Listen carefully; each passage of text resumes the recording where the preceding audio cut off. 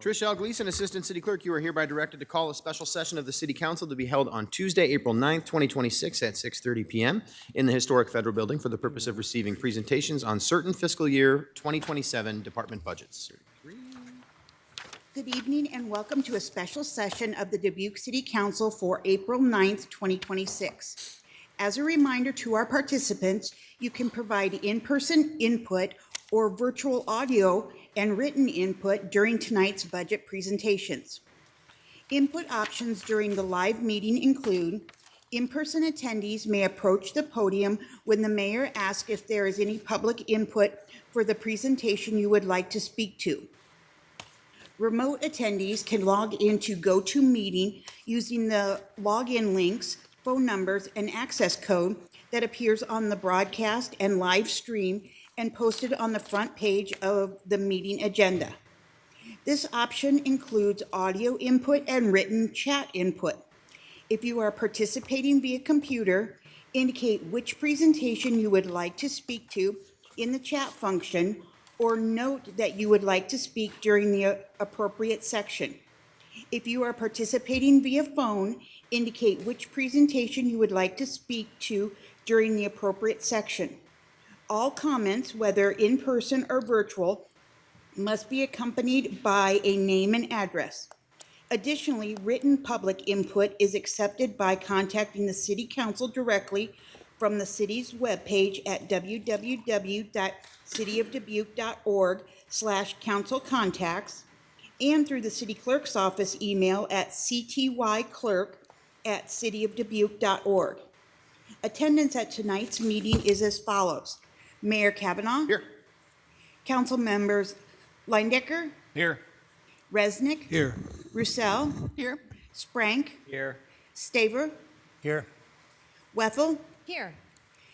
City Manager Van Milligan. Here.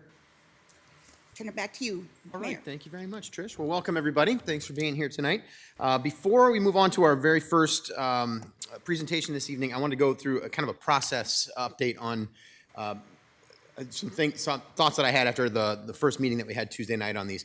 I think it would be helpful, if possible, whenever possible, if there's anything that we want to try and hold back or for separate discussion or further discussion on budget items, let's try to do that during the public hearing of that department. So if it's going to be, for instance, for housing and community development, if you have something in mind already when you walk in the door tonight, you have some ideas of things that you might want to hold for separate discussion, let's do that during the public hearings as we go through those presentations. I think it'll be a little more, it'll be easier with staff right there to answer those questions right away. I realized that we weren't really clear on that. I don't really want to hold all those things until the very end for that last action item at the end of the night. We can talk about, I think the purpose for that action item at the end of the night is to actually talk about all the things that we're holding and make sure that we're reminding ourselves what's there and then have further discussion about those things that have been held for separate discussion.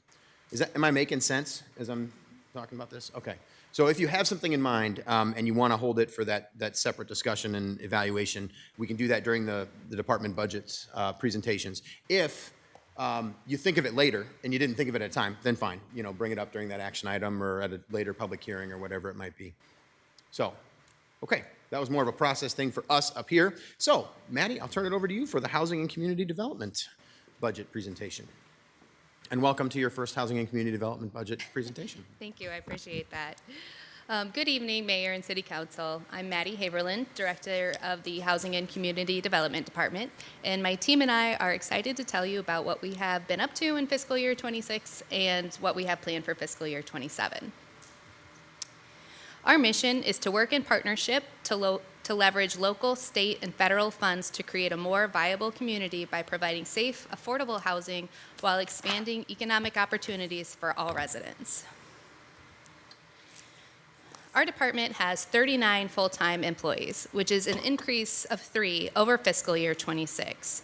The additional positions are primarily grant-funded. This organization chart also looks different than it has in years past, as our department is in the midst of finalizing a reorg that primarily impacts the Community Development Division. In partnership with Human Resources and the City Manager's Office, the Housing and Community Development Department completed a comprehensive organizational review effective February 1st, 2026. This reorganization was a collaborative effort involving department staff, Sandy Fowler, who was our interim director from June to February, and Kristen Dietz, the Talent Acquisition Manager in Human Resources. So through a series of meetings and staff engagements, workflows, service demands, and compliance requirements were evaluated to improve efficiency, strengthen oversight of federally funded programs, and ensure appropriate staff support. As a part of this process, several positions were reclassified to better align titles, responsibilities, and compensation with the current scope and complexity of the work. Many roles have evolved over time, particularly in relation to federal compliance, warranting updated classifications and pay grades consistent with market conditions and internal equity. The restructuring centralizes core functions, better aligns staff with service demands, and distributes workload more evenly to reduce burnout and improve service reliability. The timing of it aligned with the department's 2025 leadership transition, providing an opportunity to do a comprehensive review and implement a structure that supports long-term efficiency, compliance, and stability. Most importantly, these changes are largely supported through federal HUD grants, including the Community Development Block Grant, or CDBG, lead paint, healthy homes, and older adults modification grant funds, resulting in a minimal general fund increase in fiscal year 2027. Overall, this reorganization strengthens the department's ability to operate efficiently, maintain compliance, and meet the community's housing and development needs. And the reorg wasn't the only change that we had this year. We celebrated Jeff Zazada's retirement this year after his 38 years of service. We also welcomed Sandy Fowler as our interim director last June, July, through the first week of February 2026. We were really grateful for the time that she spent with us and her steady leadership. We also welcomed 6 new staff members throughout all of our divisions and celebrated 2 internal promotions. I also want to acknowledge the support that we received from our colleagues in other departments. So Corey stepped in to provide leadership and stability before Sandy came to us. Mary Rose Corrigan with Health has led biweekly meetings and provided leadership to our community development staff through staff transitions and trying to run concurrent grants. Human Resources and Budget have been huge players in getting our reorg through the finish line, and I personally have been welcomed, assisted by, or mentored by nearly all other department managers since coming into my role in February. This year, we were able to implement a new software called CitizenServe with expansive data capabilities. We issued certificates of occupancy for over 300 new housing units and completed the transition to a 2-year rental inspection cycle. We also increased the Housing Choice Voucher budget utilization. We successfully closed out 5 grants and started up 3 more, all while going through a division restructure and a leadership transition. As we look ahead to fiscal year 27 and being fully staffed, we look forward to creating a departmental strategic plan that takes a comprehensive look at our services, funding sources, resources, partnering agencies and departments, and community needs to understand where and how our department can maximize our impact. We'll continue to focus on centralizing and streamlining divisional tasks to provide better customer service, and we'll remain agile and always prepared to adapt to the changing legislature that impacts our funding and programming. We'll work in cross-functional teams to implement common language and processes for enforcement. And finally, with the data capabilities of CitizenServe, we look forward to adapting our approach to report not only on outputs, but on the outcomes of our work. Our net property tax support for fiscal year 2027 is $644,215, which is $9.94 for the average homeowner in property tax support. We have 3 recommended improvement packages for fiscal year 27. The first is for $42,500 for building demolition. The city acquires properties through petition for the title of abandoned properties. Many of them have such deferred maintenance that the structure is unsafe or unsalvageable. This budget allows us to demolish these properties, which ultimately makes the neighborhood safer, healthier, and more stable without the attractive nuisance. The second improvement package is a recurring expense for $1,300 to access the International Code Council Premium Complete subscription, which is essentially a library of all ICC code books, guides, interpretations, and standards. It also has the capability of printing code sections to share with citizens, which can be very helpful. And our final improvement package is a non-recurring expense of $9,500 to cover the cost difference between a Ford Fusion and a four-wheel drive SUV for a fleet vehicle recommended for replacement for a building inspector. These inspectors are commonly driving on unimproved terrain in all sorts of weather, and a little sedan doesn't cut it at some times. So to share with you a little more about what keeps these inspectors busy in their SUVs, I'm going to turn it over to our Chief Building Official, Michael Belmont. Thank you, Maddie. Mike Belmont, Chief Building Official, Housing and Community Development Department. Let's start by talking about housing. As you are all aware, a recent housing study identified a significant need for housing across all segments in our community. The study projected a demand for between 2,000 and 2,500 new units by 2035, which is coming up fairly quickly. Importantly, the need spans all different kinds of housing types: rental, ownership, workforce, market rate, large and small.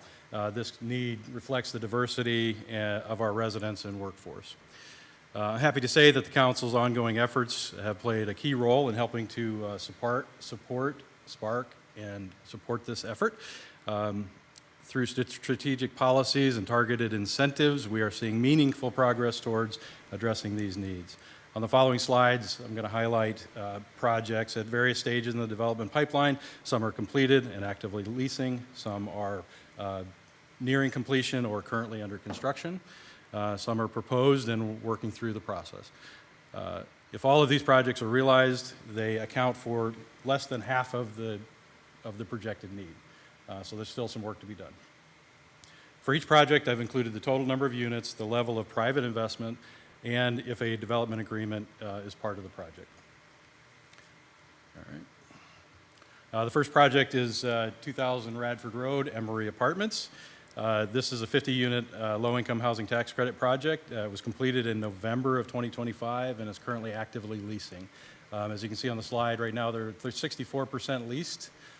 It does take a little longer to lease in these projects because they have to do income qualification. There's a process that they have to go through. But still, 64% in 4 months, pretty good rate. Union at the Marina, next one. Union at the Marina is a workforce housing development project with 201 total units. Residents must income qualify to be eligible to rent these units. There's a mixture of 50, 60, and 70% AMI units in the project. The majority of them are 60% AMI. First building is currently leasing, and the second building is scheduled to begin leasing in June of 2026. Fox Hills. This is a project we've all been talking about, hearing about for a long time, but happy to say that it's currently very actively under construction. Overall, the project will have 390 units in 13 buildings. The first phase consisting of 210 units with a $50.4 million investment. The second phase is an additional 150 units, $43.3 million investment. This project did receive $1 million in workforce housing incentive from the Iowa Finance Authority for the first 90 units. But that's a big lever, right? $1 million incentive. This project represents close to a $93 million private investment for housing in our community. The landings on Cedar Cross Road, talking about how we need all different types of units. These are market rate. This is a 180-unit project, the total investment of $23.4 million. One 30-unit building is complete and already fully rented. The second building is nearing completion, and they've had a tremendous amount of interest in leasing that up. So they're very positive about the remaining buildings and anticipate just continuing with construction as they move forward, as they get completed. There are foundations in the ground for 2 additional buildings, and then they'll continue with those. Next project up is kind of right around the corner. This is a really exciting one, 5th and Main here. This is a mixed-use project, which in this case means commercial on the ground floor with 102 rental units above. The private investment in this project is about $24 million, around $24 million. This project did receive a $1.5 million Grayfield redevelopment tax credit as kind of an incentive to get that moving. All right. Next project is another project that we've seen before, right at the gateway to the city. This is on the former Bridge Restaurant site. This is one of those that's still in development. They're trying to work out the details and make it work.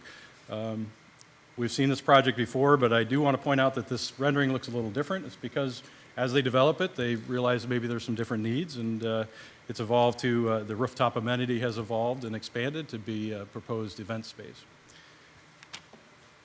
Lastly, on the slide here, we have 3 other projects that all received Grayfield redevelopment tax credits.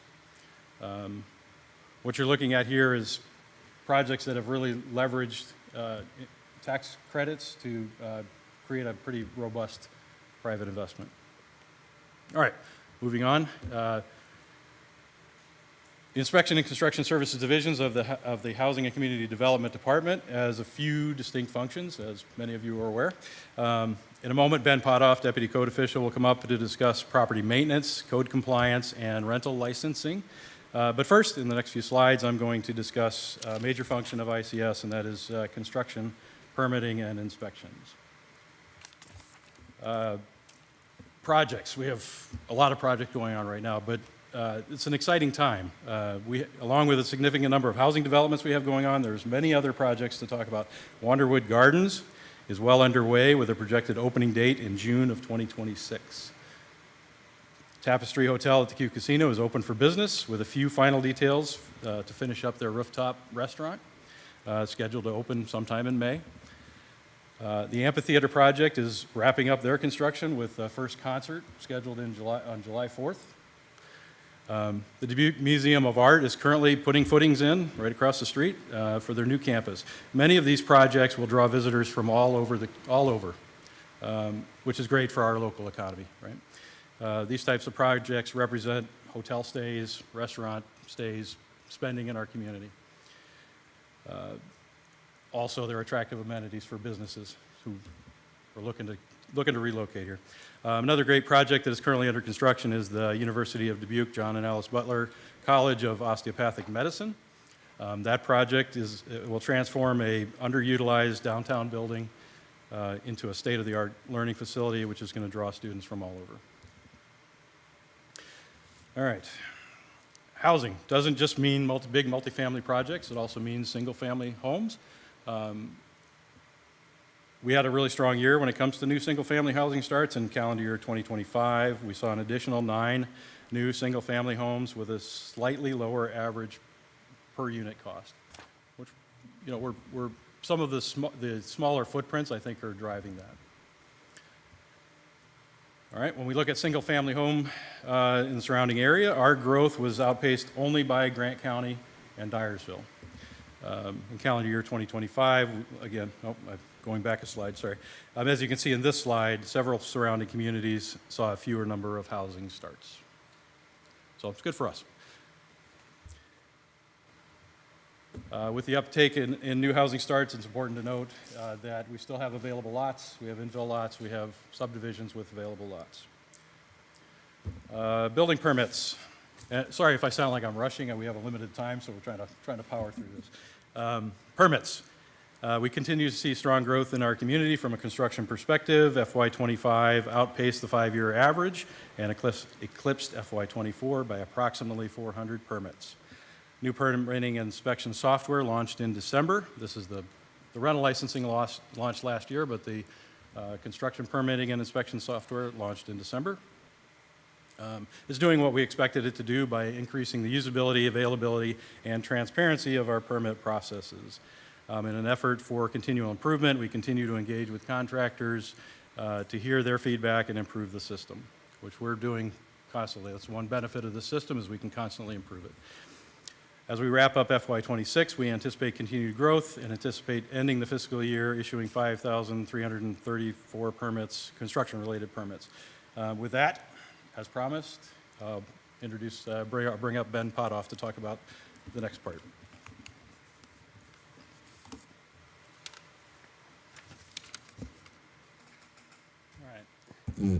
Thank you, Mike. Good evening, Mayor and City Council. My name is Ben Potoff. I am the Deputy Code Official for our Inspection and Construction Services Division. tonight I'll be talking to you in addition to the building permitting and development services that Mike discussed. Our team provides routine rental inspections, rental education programming, reactive and proactive property maintenance and nuisance code enforcement, and building incident response. We also facilitate the city's internal working group, which is in place to address community safety and code enforcement needs across the organization and the community. I touched just very briefly on internal working group. What that actually is a cross-functional team comprised of over 40 representatives from 10 departments shown on the screen. This team works to coordinate and share information that frontline staff, including those tasked with code enforcement, can use. Through this information sharing, we ensure the team is aware of the community resources and is making referrals when appropriate. The internal working group team works closely with the Dubuque Police Department's critical incident team, especially when we're working with folks in crisis in our community. Some common examples of our code enforcement activities include garbage, nuisance complaints, tall grass and weeds, and general property maintenance complaints.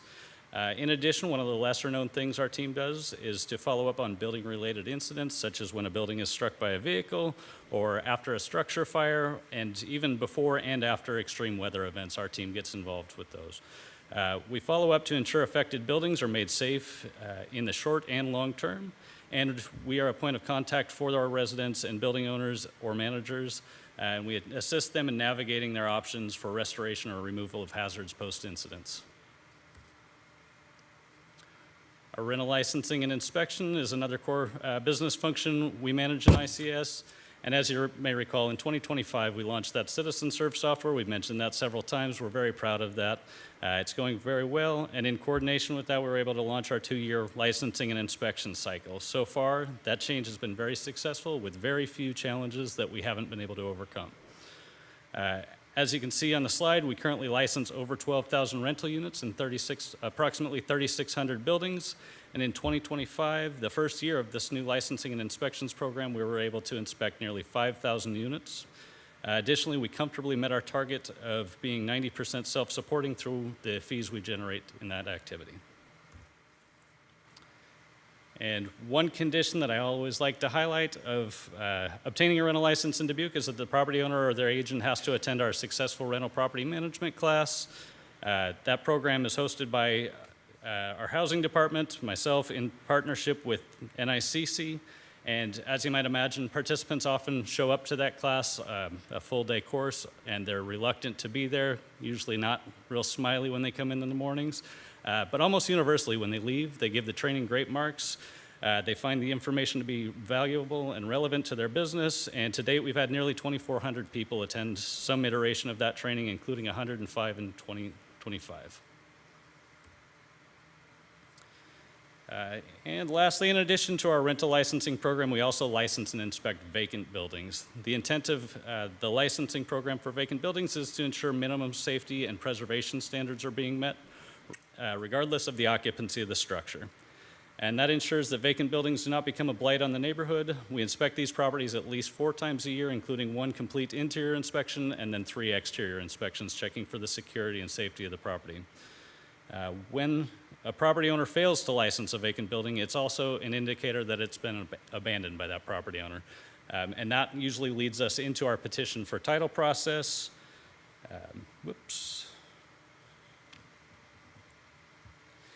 In this slide, the image shown here actually shows 2 buildings we've acquired through that petition for title process. They happen to be side by side, so it makes for a good photo for this slide.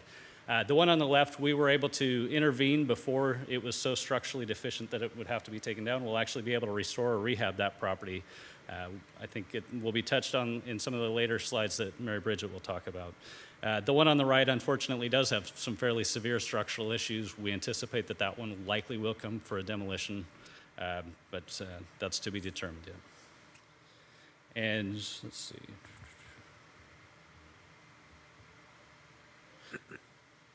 Ideally, through that proactive licensing and enforcement on these vacant properties has allowed us to prevent that type of degradation from happening.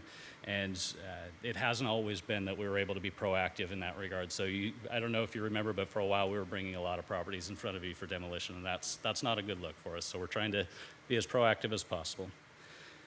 And with that, I'm going to turn it over to Gina Hodgson, Assisted Housing Supervisor, to tell you more about our primary resource for housing assistance in the community. Thank you, Ben. Good evening, Mayor and City Council. I'm Gina Hodgson. I'm the Assisted Housing Supervisor, and I'm here tonight to talk to you about the assisted housing programs. Our HUD-funded Housing Choice Voucher and Family Self-Sufficiency programs provide safe, affordable housing while helping families build stability and self-sufficiency. We connect families to resources, prevent homelessness, support economic security, and strengthen the community, ultimately reducing stress and housing uncertainty. We support over 920 households each month with rental assistance, helping increase housing stability. This has a strong economic impact with nearly $9.8 million in annual housing payments, including $7.8 million from HUD and another $2 million from participating families. Our program success is driven by strong collaborative partnerships. We work closely with HUD as our federal funding partner, alongside participating property owners who make housing opportunities possible. Internally, coordination with our inspections division ensures housing quality and compliance. We also rely on community resource networks, housing advisory boards, and commissions for guidance and support. In addition, our nonprofit and social service partners, along with child care and family supports providers, play a critical role in helping families achieve stability and long-term success.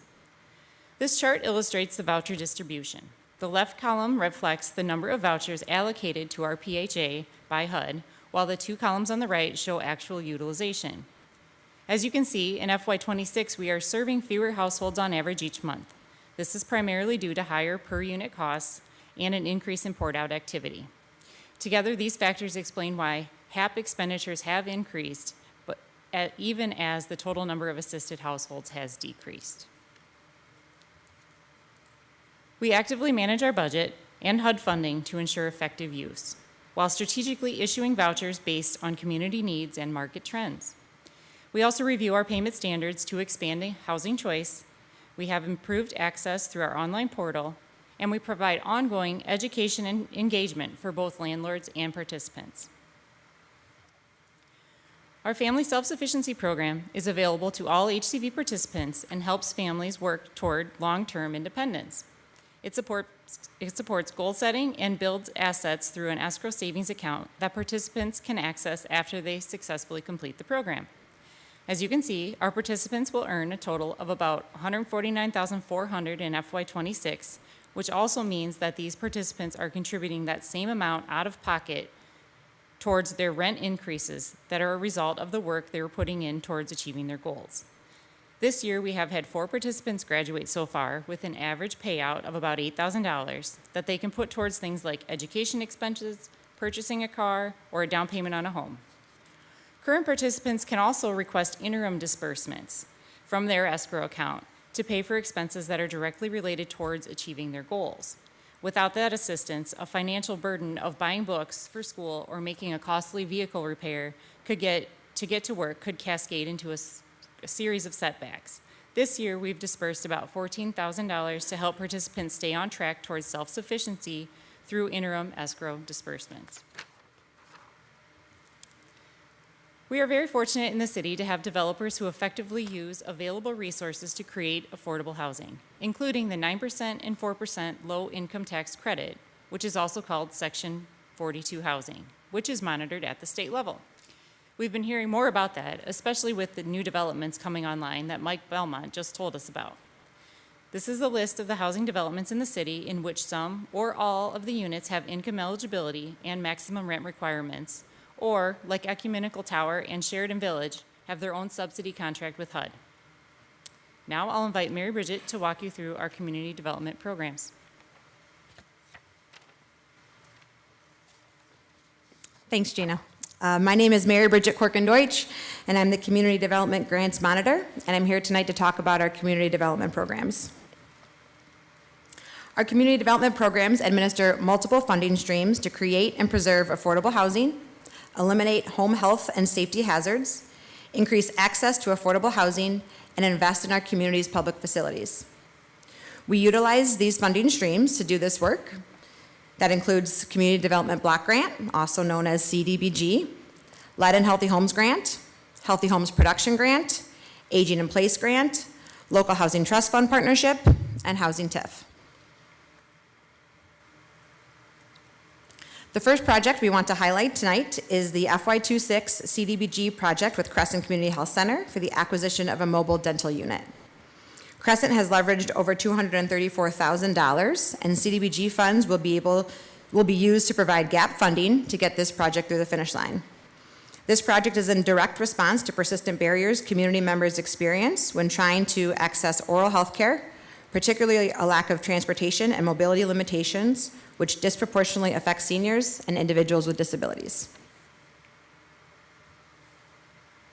The FY27 CDBG Annual Action Plan includes our entitlement allocation of $1,044,630. This is our actual allocation that we just received last week. The program income consists of just over $194,000. This mostly comes from our loan repayments, from our rehab loans or our first-time homebuyer loans. And any of these program income funds go directly back into our programs. So that brings the total allocation to just around $1.2 million. Some of the featured activities are homeowner and rehab and rental rehab, and our lead grant match and our healthy homes grant match. Some of these programs we'll hear about in the next couple of slides as well. FY27, one of our CDBG partnership projects we'd like to highlight, includes a property referenced earlier by my colleague Ben. So this is 1276 Jackson. That was a property that we acquired through petition, and it is currently going through our purchase, rehab, and resale. Which means, if you look at phase 1 that was completed in FY26, we removed rubbish, garbage, nuisance vegetation from the site, and we contracted with Hart to do that. That's a student with the Hart program, all dressed in his gear, ready for work. If you look at phase 2, it has a projected completion of FY26, and that means to gut the interior to studs and subfloors and finalize the floor plan and design. And then lastly, phase 3 will start in FY27, and that will be to complete the interior rehab and some job training requirements.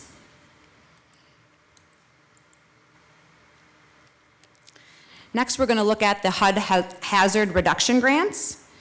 So these grants were referenced before because we leverage CDBG funds as match for these grants, which allows the city to turn thousands of match dollars into millions of dollars through these grants. So between these 3 grants, it's an $8.5 million investment in affordable housing preservation from 2025 to 2029. The first grant that we're talking about here is on the left side there, Lead and Healthy Homes, which is a $5.1 million grant with a goal of making 90 housing units lead safe. The target housing is housing built before 1978 and housing with children under the age of 6. Properties can be rental or owner occupied, and the goal is to reduce lead-based paint hazards and provide healthy homes interventions. We also partner with the VNA for home advocate services with this grant. The next grant is a Healthy Homes Production Grant, which is $2 million with the goal of addressing health hazards in 95 housing units. So those health hazards include radon testing, mitigation, water intrusion, trip fall hazards, and 26 other health risks. It's not limited to 1978 pre-housing. It's not limited to that. And again, in partnership with VNA and Home Advocate Services. And then lastly, we have the Aging in Place Grant, which is for $1.4 million and has a goal of providing home modifications in 180 units. Some examples of those home modifications can include grab bars, trip hazards, sensor lighting, tub cutouts, and that partnership is with Unified Therapy and Four Mountains. Here we highlight our homeowner rehab program, where we can provide loans up to $40,000 in assistance at 0% interest, and these are low payment loans to assist with code violations, accessibility, and general repair and rehab. And you can see on tonight's slide, there's a note from a 2026 Accessibility Program participant that says, "Thank you so, so very much. I don't have to use my ice vest now, and it's not loud in here anymore. I don't have to have a power cord on my bed anymore." And that's just to name a little bit of what your help did. Thank you guys so much. So you can see that there's stories like this that we're able to provide through our loan program that really illustrate the real life-changing impact that these programs can have for our residents. And then lastly, we want to highlight our rehab partnership with Heart. So you can see here photos of 1821 Garfield and 514 Angela. Hopefully some of you had a chance to tour the Garfield home, which was just an incredible turnaround and reinvestment in that neighborhood. The partnership between the City of Dubuque and Heart is truly that, a partnership. The city provides homes for rehab and repair, and Heart uses these properties as hands-on learning opportunities for students. The finished result is a beautifully rehabbed home that revitalizes the neighborhood, while Heart students themselves also seem to grow and become revitalized as well. So students can earn credits through NICC and Dubuque Community Schools, have a partnership with the Carpenters Union. Youth and adults can earn a stipend with the match from DePaco. And as Becky Bodish, the Heart Program Manager, states, the greatest benefit students gain from Heart is finding purpose, achieving success, and being surrounded by adults who are sincerely invested in their future. So this is an incredible partnership that we're very proud to be a part of and look forward to continuing. With that, I will turn it back to our director, Maddie.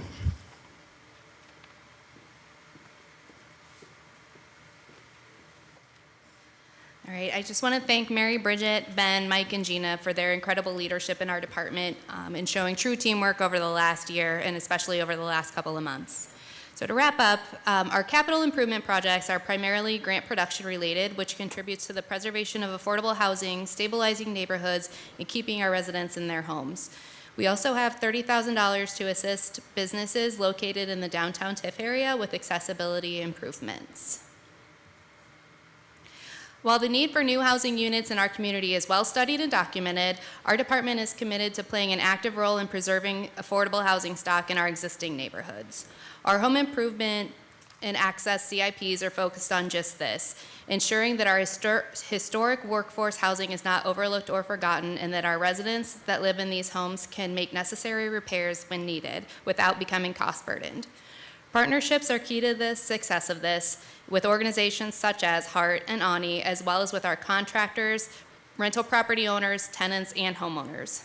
We also provide resources to reduce barriers to entry for homeownership. Through these programs, we've invested over $9.5 million into affordable housing in Dubuque over the last 5 years. We have several boards and commissions upon which membership is a volunteer position. We are so grateful to and proud to acknowledge the community members who volunteer to serve on our boards and commissions. These are the voices that help shape our programs. And finally, I want to thank our entire team who shows up every day ready to do their best to serve the community. Every day brings new opportunities and challenges, and I've had the privilege to witness this team in action. Even as a new director, I know how fortunate I am to be working with and for such a committed group of public servants. Thank you for your time this evening, and we are happy to field any questions you may have for us. All right, well, thank you very much, Maddie and Mike and Ben and Gina and Mary Bridget. Thanks for your presentation. Well, we're going to go to public input first. So this is the moment where if you have any public input on the budget specifically for the Housing and Community Development Department, now would be the time to come on up and share that with us. So I invite anyone who might have public input here. Not seeing anybody here. Anybody virtually? Okay. Anything from you? All right. All right, so not seeing any public input for this, so we'll just come back to us for discussion. I think I'm going to kick us off, actually. Maddie, I think this is probably going to be a question for you. So, first of all, thank you again for the presentation.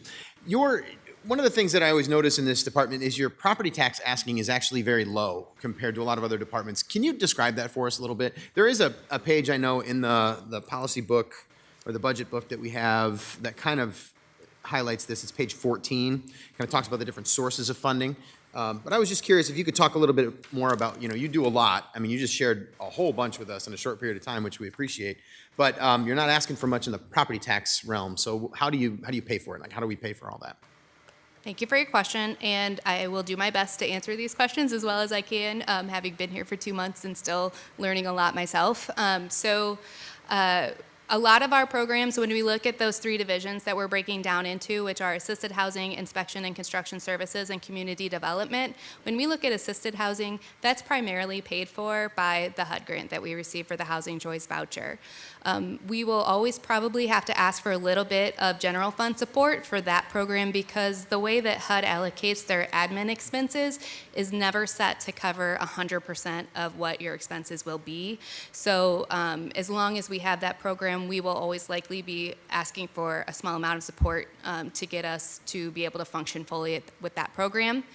When we look at community development, we have our CDBG programs, our grant programs that Mary Bridget walked through. Those also are primarily grant funded.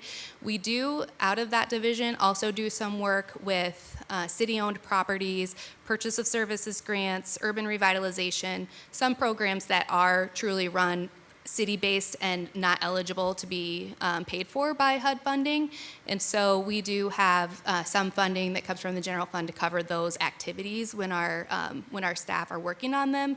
And we job cost that and track it very closely so that we're not charging erroneously to the funding source if we don't need to. And then our final is inspection and construction services. And our goal through that division is to be revenue neutral. So when we look at fee structures and permitting, we try to ensure that whatever we're collecting offsets the expenses that we have for that activity. Does that answer your question? Absolutely. Okay. Yeah, in great detail. So thank you very much. Appreciate that. All right, open it up. Mr. Londeck. Yeah, Mr. Mayor, this question might be for Jennifer Larson. Sorry, not Jennifer Larson. Apologize. I don't know who this question's for, actually. So let me just ask it, and then we'll go from there. Question is, on page 27, and it's referenced in multiple items within the budget here, but there's comments about payments to other agencies and I'm just curious, what are those? Who are the other agencies that the respective departments are paying?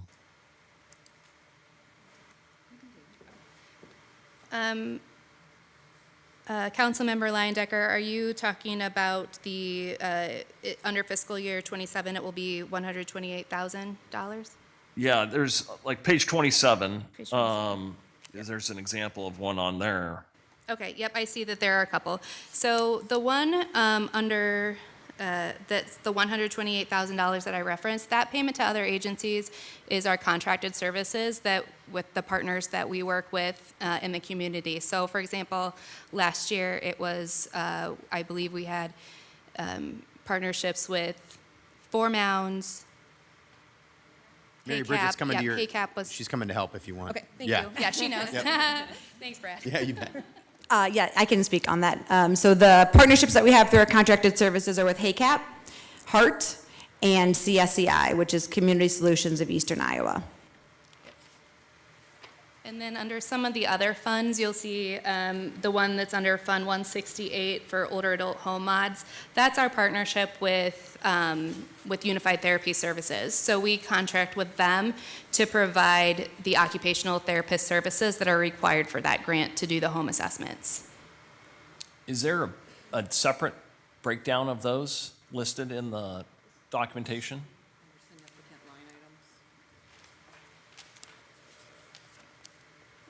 If you didn't hear, Jennifer said there should be under significant line items. Ah, okay.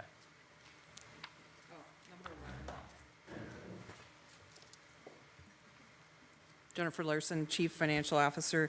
If you look on page 10, number 11, it breaks out what all the payments to other agencies are. Okay, thank you. And Mr. Mayor, if you wouldn't mind, Mary Bridget, could you come back up and say what do those three organizations do? And if you remember how much we pay each one of them? It is on this list, but. Sure, I think I have it.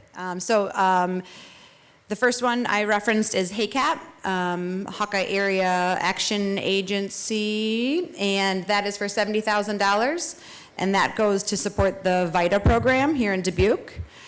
The Community Solutions of Eastern Iowa is CSEI, and I believe that dollar amount is $48,000. Okay, it's a good quiz for me.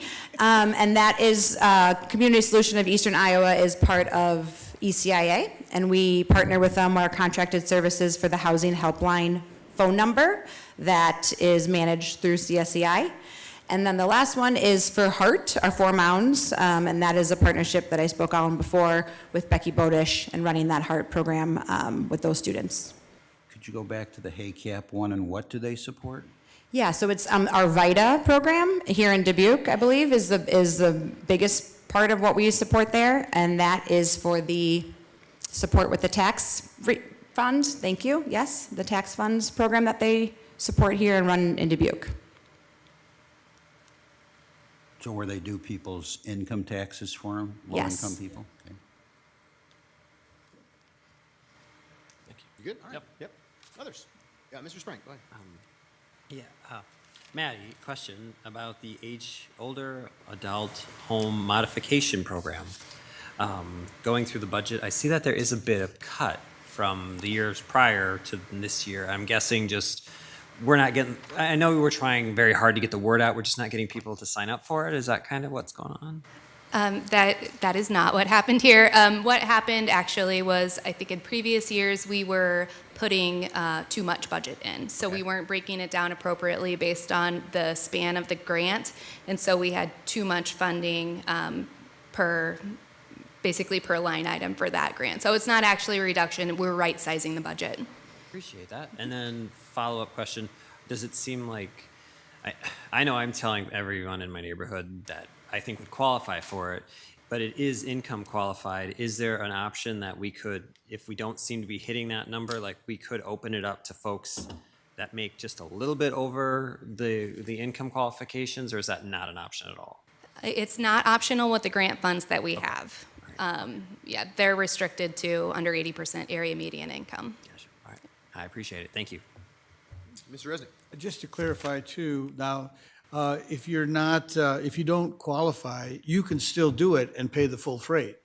I mean, is what I understand. The HEART program will participate with you, but the cost represents everything that goes into it. They don't get a special price. Is that, do I have that correct? If somebody wants to do aging in place at their home, such as if I wanted to do that, they could do it, but they would charge me 40% more. But they like to keep their folks busy.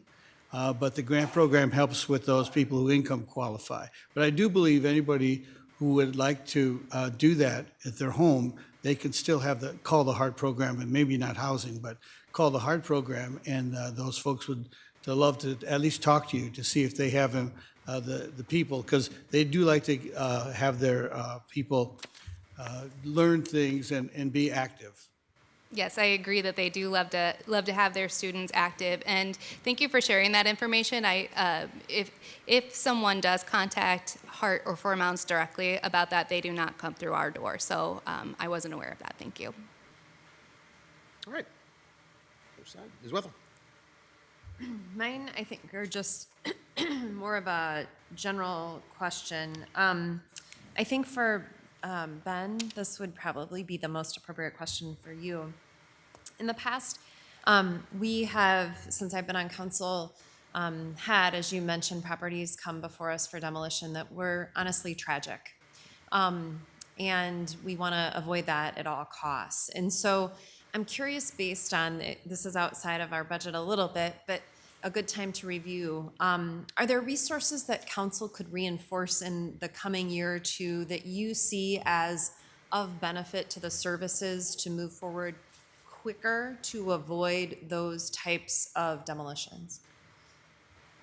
In terms of specific resources, I don't know that I could identify any tonight, but it's perfect timing because it's my understanding the city manager through Maddie has asked for additional information about the properties that we're monitoring under our vacant and abandoned building licensing and potentially on that petition for title list. Okay. And so as we take a closer look and dive into that list, I think we'll be able to come up with some solutions that could be more preventative. Super, thank you. The only other thing I was gonna say is Mike, on slide 20, you had a great summary of some really exciting programs. I don't know where Mike is. You don't have to come up, though. I just wanted to say that up in the corner was a beautiful little other projects. And so we had some really beautiful ones that are coming our way, which I can't tell you how excited I am about it, but a lot of them are in Ward 4, and I'm so grateful for it. But up in the corner was also the landfill transfer station, which is an incredible benefit to the community. And I don't want to talk about just the beautiful ones. Nothing against the landfill. It's going to be beautiful. The transfer center is going to be beautiful. But the service that it will provide will be environmentally sound for the future of our landfill and for our residents. The other is, in the other upper corner, was a dialysis center. And so those sorts of things really impact people's lives day to day in important ways. So I couldn't be more excited about the art museum and the medical school, but I don't want to forget those kind of important construction projects too. Thank you. Ms. Russell? Thank you. One thing I noticed on page 19 of the report is a trend that more landlords are accepting our housing choice vouchers, going from 238 up to 285. And I wondered, Maddie, if you had any insights on what we are doing, or whoever that might be, to encourage those landlords to accept the housing choice vouchers. That's a great question. We don't have any incentives or anything like that we've been doing. I will say that something that could be contributing to it is the new developments that are coming online. If they are funded through, say, low-income housing tax credit, think Emory, Union at the Marina. These are projects that are income qualified based, and they all accept housing choice vouchers. And so in terms of the increase in number of landlords, I can't very well speak to that, but word of mouth, I think, helps, and all of the efforts that we put in through our inspections, rental inspections programs, to ensure that we're in there frequently anyway, which can sometimes be a barrier to participation, having those frequent inspections. Our 2-year inspection cycle now lines up exactly with the 2-year biennial inspection cycle for assisted housing. Some of those things might make it more attractive because, again, there are a lot of benefits to accepting a housing choice voucher. Great, thank you. And so you were talking about the new units, and I think it was Mr. Belmont said there were 314 units of certificates of occupancy. And I wondered, at what point does an apartment get, or a unit get that certificate? And is that the time they are added to, like, the count for sewer and water and all of that? I can't speak to when they get added for sewer and water, but I will say that the certificates of occupancy are issued for new construction when they have passed their final inspections.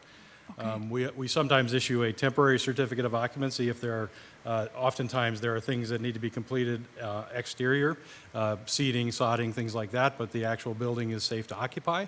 And so in that case, we would issue a temporary certificate until everything was completed, and then we would issue a Okay, so what it's saying is that it's ready to occupy, not that it is occupied. That is correct, yes. Okay, Yeah. thank you. That it does happen sometimes where a certificate will get issued and then for whatever reason they don't, it doesn't become occupied for a month or so. Yeah. Okay, thank you very much. Thank you. All right.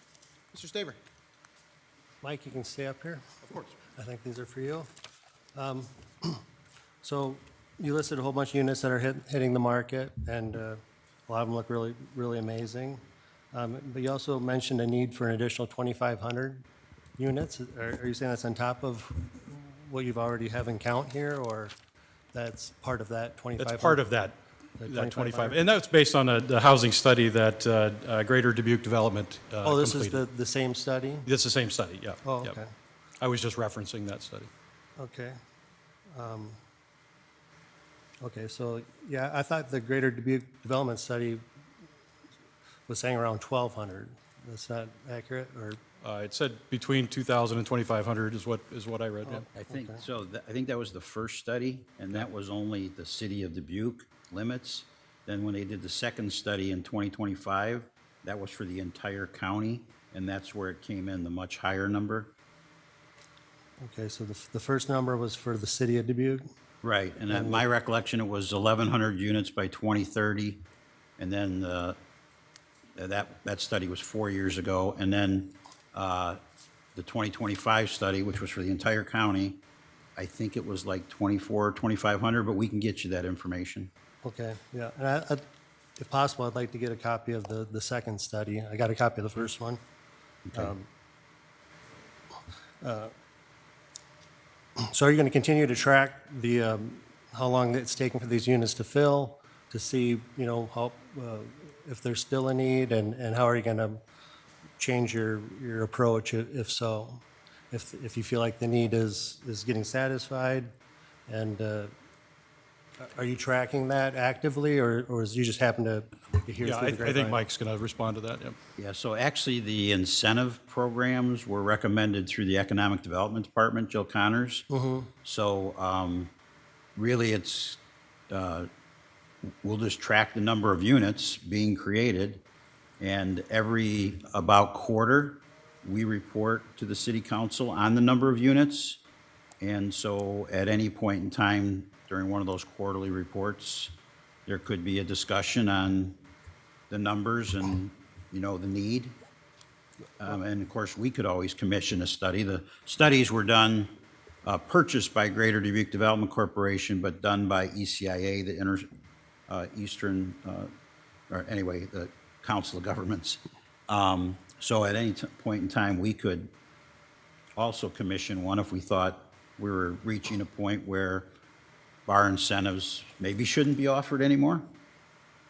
Well, you know, like I've said, I think before, you know, 2035, you know, is 10 years away, and, you know, we're halfway there in the first year. Seems like, you know, we could potentially be flooding the market here, and it seems like a lot of them are rental units, and I don't think the study was specifically citing rental units. So I think we should be careful about, you know, where we're at in that. And I was, since you cited that, you know, there was about a 50% occupancy on one of the ones that's been available for 4 months, you know, that doesn't seem like a, you know, crazy demand. I would expect it to be full. Right. But, Yeah, my reporting on occupancy was simply anecdotal. I mean, those are things that I was told from the developers. But, okay. yeah, there's no formal study for them. So at the, I mean, if you, the council pleasure, if you wanted at one of the May city council meetings, we could give you that report on the numbers and give you the two studies. And I guess there could be a discussion about that very topic. Yeah, I think figuring out a way to track occupancy would be a smart move too. Okay. I don't know if just by maybe, you know, we've got a list about 10 of the major units already. I don't know if that's possible through housing as they're doing the occupancy or issuing permits. Probably be easy that way. Yeah, we can talk as staff about, is there a way for us to track occupancy? Yeah, okay. That's all. Okay, thank you. All right. Before I jump in with just one more question, actually. Oh, please, Mr. Resnick. Okay, thank you. So just a couple quick questions. So semi-attached housing, does that qualify as single-family housing? It's When you like- say semi-attached, what do you mean? We have two homes that share a wall. It depends on if there's a property line that actually bisects the property. If there is, and they're on separate properties, they would be single-family. If they're not, they're attached.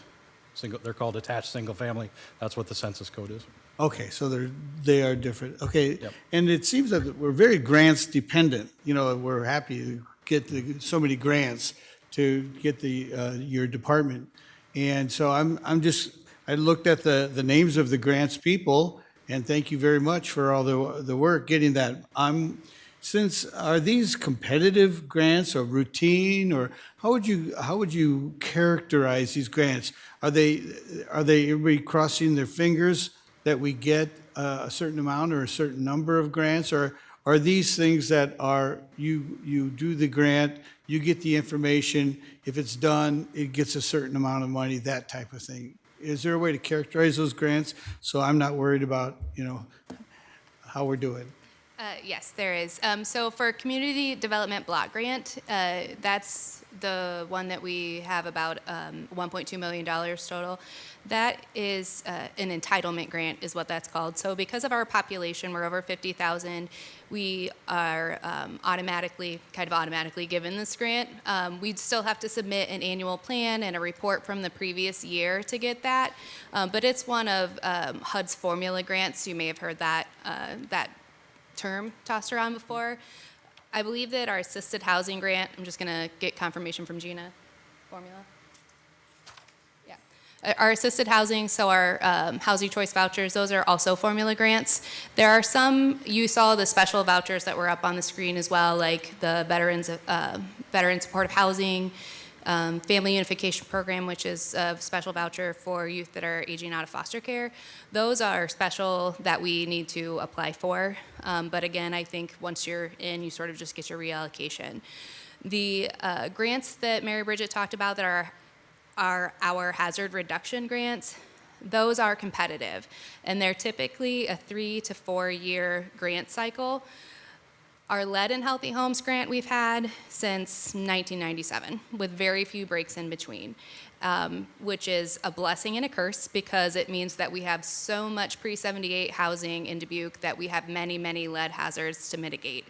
So we are usually a very strong candidate for that program because we've been running for so long and have the program stability with it, as well as the housing stock to support that grant. Healthy Homes and Older Adults Homes Modification, which I wanted to mention is also called Aging in Place. We kind of use them interchangeably, so if you heard us say one or the other, it's the same thing. Those are also competitive grants through the same office of HUD as the Lead Hazard Control Grant. Those were released again in shortly after COVID. So those are newer competitive grants from HUD, but there's been strong support for them through Congress. And so we do have a really great team, and we, with this reorg especially, have put a lot of systems in place to ensure compliance, and we're tracking the data we need to be able to write for those grants again. Because we've had the lead grant for such a long period of time, I think we're always a very strong applicant for that. So we're very hopeful. Well, thank you. I know we have older housing, so the lead grant is extremely important for here. I've just been reading other places and other populations that have been losing grants. They used to support populations, and now they're not going to be. And so it sounds like, with our team, they have a strong reason that we have the need, and we're good. We use those funds in a we are very good with that, and our data is very good. So I'm confident that if anyone's going to be funded, it would be us. I just didn't know if you had heard or thought that we might be losing funding on it. We haven't been notified of any reductions. No, the president did release his budget recently, his proposed budget, and there are some, it looks like, potential. He has consistently proposed reducing some programs, but Congress has always had very strong support for these housing programs. And so we remain hopeful and mostly certain that that will continue to be supported in that way. One thing that I do want to mention, as Councilmember Wethel had asked earlier, if there are ways that, if we're looking down the road, can be supportive. I don't know if you remember, but during the census of 2020, Congress was looking at, or the Office of Management and Budget was proposing changing entitlement city population from 50,000 to 100,000. And they vowed, after it didn't go through, that they will look at that again in 2030. And so that's kind of on our radar always, but that's just something that as you're reviewing or have advocacy opportunities, that it might be something to consider. Right, and thank you. And that's precisely the type of thing, when we go down to Washington to talk with our partners, we absolutely emphasize, we know people, we have a nice setup, but we go visit people and advocate for that. We do that once a year. The mayor's down there all the time. Not all the time. Okay, well, he's there a lot, trying to keep keep that grant funding and other kind of payments that we need as a population here. So it's good to hear. Thank you. Thank you, Mr. Mayor. Yes. Mr. Tabor, yeah. I had a question about, it's on page 7, number 2. It's a package that you requested that wasn't recommended. It was kind of for a full-time administrative support person. Sounds like kind of a first contact for most people. Can you talk to me a little bit about that? Yes, so the proposed administrative support professional would be sort of like you said, the first contact for people and know a little bit about everything that we do and be able to point people in the right direction and reduce some of the burden on our current administrative staff. If you walk into our department right now, there's 4 people at the front desk, and all 4 of them have full jobs to do, but they're on a call rotation and they're processing permits and payments and helping get our waiting list moving with the housing choice voucher. And so this person would be that first point of contact and be able to make some of those coordinations. It would also be administrative support to me as the director, because currently there is no administrative support. And with the reorg, the Mike Belmont, who was the assistant director, is now the chief building official.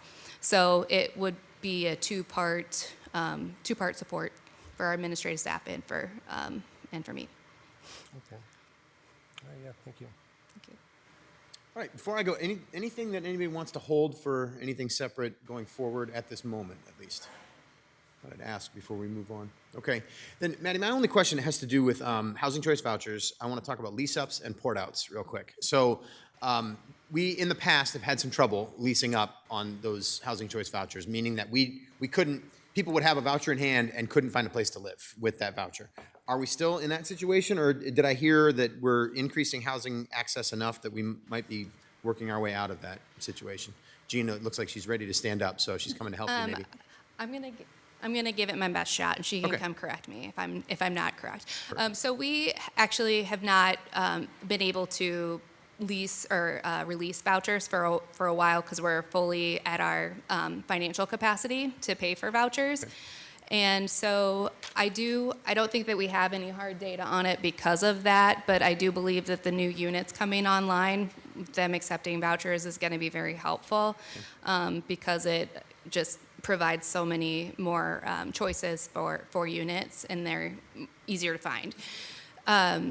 Did you ask about port outs already? I have a question specific for it. So the number that you have on page 9 here, it says there's 35 that we're currently ported out. That the number.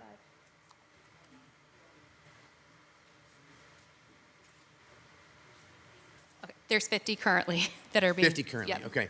Is that high for us? It is high. It's Yes. higher than previous years. It is. And we have zero control over this, right? The That's correct. federal rules require us to pay. If somebody's here and they get housing for 12 months, then they can take that voucher with them wherever they want to go in the United States, essentially. That's and correct. then we're required to pay for that as they go there. We may be required to pay for it, Okay. yes. So it's up to it depends on where they choose to port, right? Okay. So if I wanted to port my voucher to Kansas City back home, then I'm from Kansas City, that's why I said that. Gotcha. Then the cost of living in Kansas City might be higher than Dubuque. And so if I port to Kansas City and they are doing what's called absorbing vouchers, then they would just take over my payment, and the payment for me would come from Kansas City's allocation.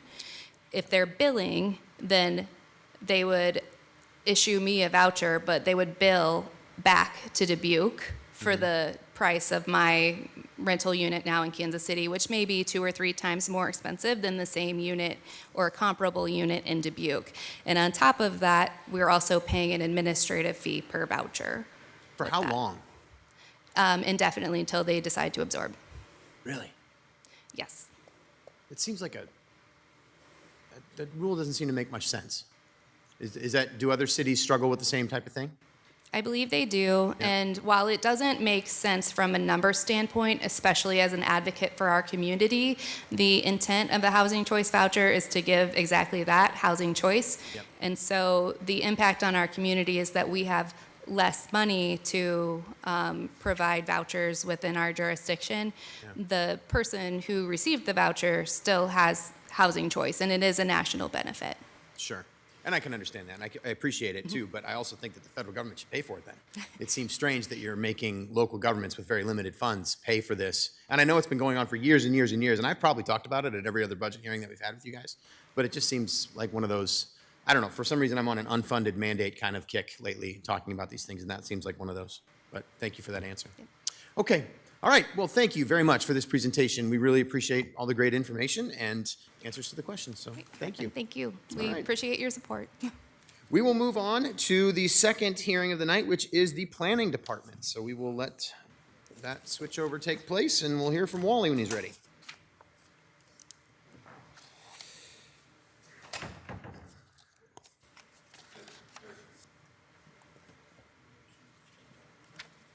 IT director too, right? Yeah. Presentation switcher. Presentation specialist. You probably want this higher. It's as high as it Yes.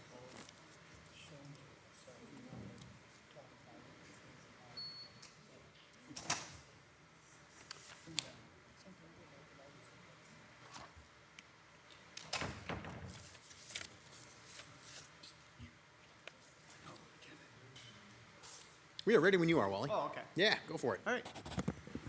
We're going to move around a lot, so I know. yeah. You saw me walking around out there, Yep.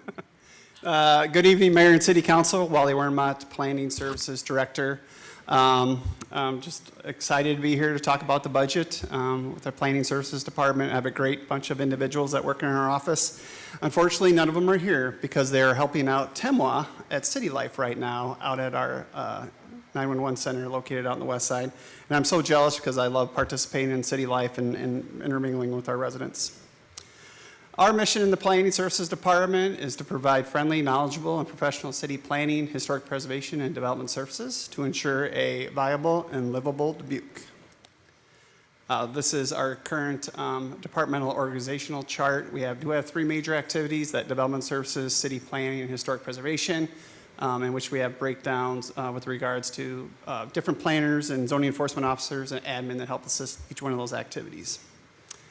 Our department is comprised of 8.38 full-time equivalent employees. That 0.38 is an intern that we hire annually to help assist not only with a lot of the projects that we get involved with historic preservation and city planning, but then also helps assist with enforcement in some situations. So that's our City Hall photo selfie day for our department. We always like to thank our 4 boards and commissions. We have 28 appointed volunteers. That's something that's a big thing with our office. We do work with the Zoning Board of Adjustment, our Zoning Advisory Commission, and then also our Historic Preservation Commission and Long Range Planning Advisory Commission. So I always like to say thank you. We literally cannot do the work we do without these volunteers. A lot of our boards and commissions are required by state law. Decisions are being made. If we have a zoning ordinance, we have to have a zoning board of adjustment and zoning advisory commission. We have a comprehensive plan. We have a long-range planning advisory commission. We have a historic preservation ordinance. We have a historic preservation commission.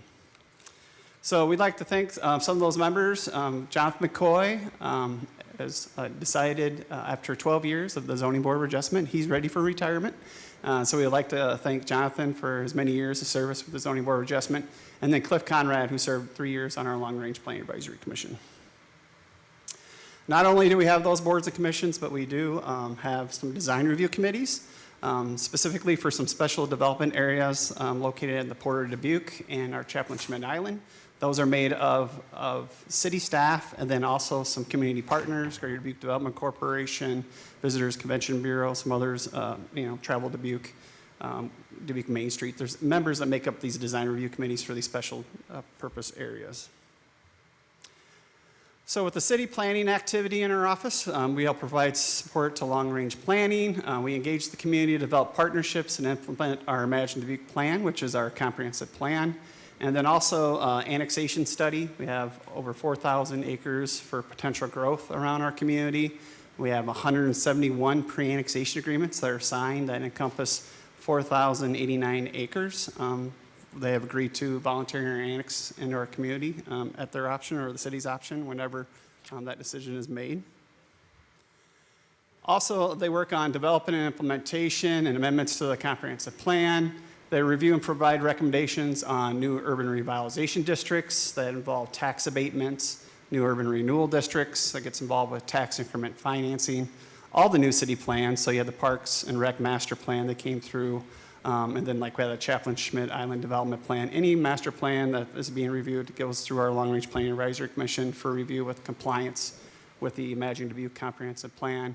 And then also we work on updating our existing and future land use maps and then our vacant and developable land inventory. We're going to talk a little bit about Imagine Dubuque implementation. Our office serves as the collective impact model. We are in charge of all the organization building and the activation and implementation of the plan. And we do reporting in the Achieve It software. And how we operate that, a collective impact model, is through this organization that we call connectors, coordinators, and champions. Those connectors are made up of city department managers. We have 7 major categories. Each department manager is in charge of one major category. For instance, I'm in charge of land use planning. Gus is in charge of community facilities. Corey's in charge of cultural impact and some other items in the master plan. But then we also work with our coordinators. And those coordinators could be city staff, could be community partners in our community, and then champions, once again, could be individuals, city staff, or community partners. Anyone who wants to move forward, one of our goals and recommendations. And as like I mentioned, these are the categories, those 7 plan categories that are broken into 32 subcategories, and then we have the 110 recommendations that help, they've been identified and we're working towards implementing. The other activity I'd like to talk about is development services. So we work with fostering partnerships to help provide efficient, knowledgeable, and coordination of sustainable development.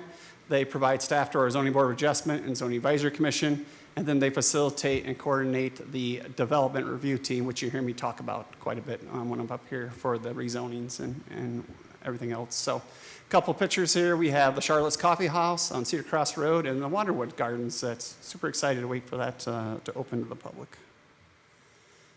This is the breakdown of our development review team. Planning and zoning, we are the facilitators, so we are the point person that gets involved with the applications, and then we work with the 5 main core members, which is engineering, water department, inspections and construction services, and fire, those blue circles. And then also economic development, parks and rec, health services, city manager, public works. They're always invited to the meetings. There are certain situations where they'll attend if there's a park involved with it. It's not mandatory attendance for them. But we're also unique in the fact that we invite private utilities as well. So we offer Alliant Energy and Black Hills Energy to attend our meetings. And we do have regular meeting from Black Hill Energy that shows up and attends our meetings as well. And then also the Greater Dubuque Development Corporation, to help be kind of that liaison that works with their development community and with the city, and just be able to have overall conversations as we work through the process. So in fiscal year 25, we had 50 DRT cases. That's the breakdown between conceptual reviews, subdivision plats, and site plans. And we had 30 meetings that were conducted in FY25.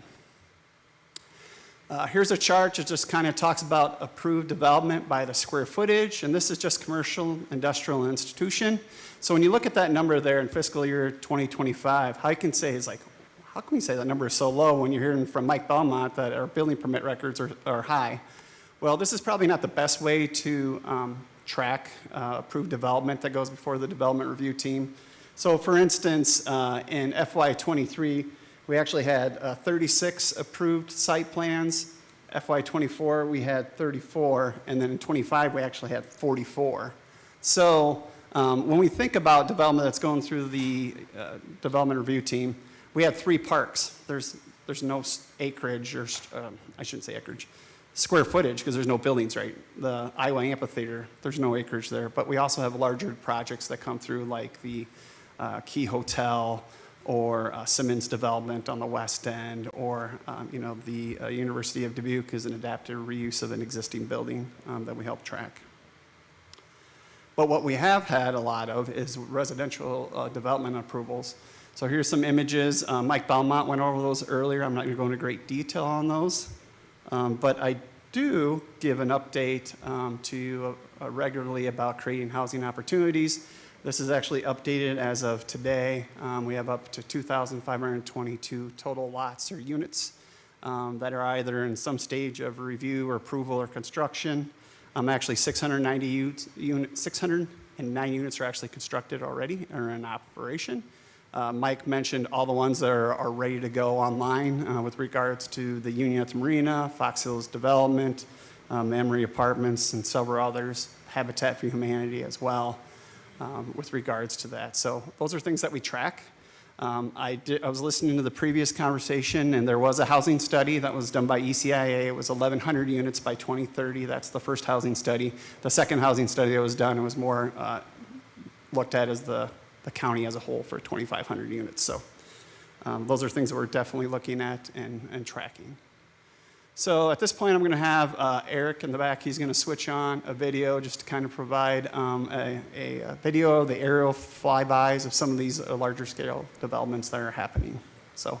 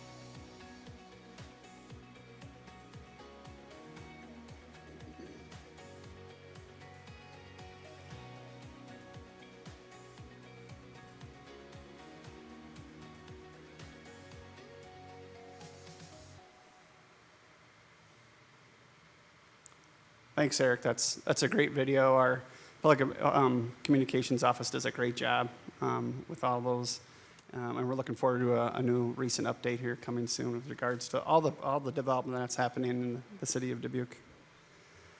Another activity going on in our development services is our Unified Development Code update. So this is a very busy slide, and just in general, we've done quite a bit of public outreach with regards to the Unified Development Code. And where we're at in the process is we're in the staff draft review portion. We have a draft that's been provided to our office. We're going through that draft, reviewing it, basically line by line. There's a lot of information that's in that with regards to it. And once that's complete, we'll provide it back to the consultant. They'll update that, and then we'll go out to the public with regards to the review of the Unified Development Code update based on all the input that we received from our community. We will be reaching out to interested parties. We have the Developers Roundtable. We have the sign community that would like to review certain things too. So a lot of individual reviews that will take place with that Unified Development Code update.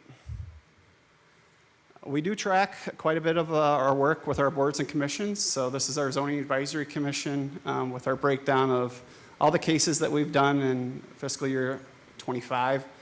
You'll see a series off to the left. There's a map that we geocode the locations of the cases and the type of cases that they're being reviewed before the Zoning Advisory Commission. And then also our Zoning Board of Adjustment, the number of cases that are being reviewed in our community. That table on the lower left just shows, tracking over the fiscal years, the number of total cases. We also do track the number of cases that do fall in our community development block grant eligible areas of our community as well.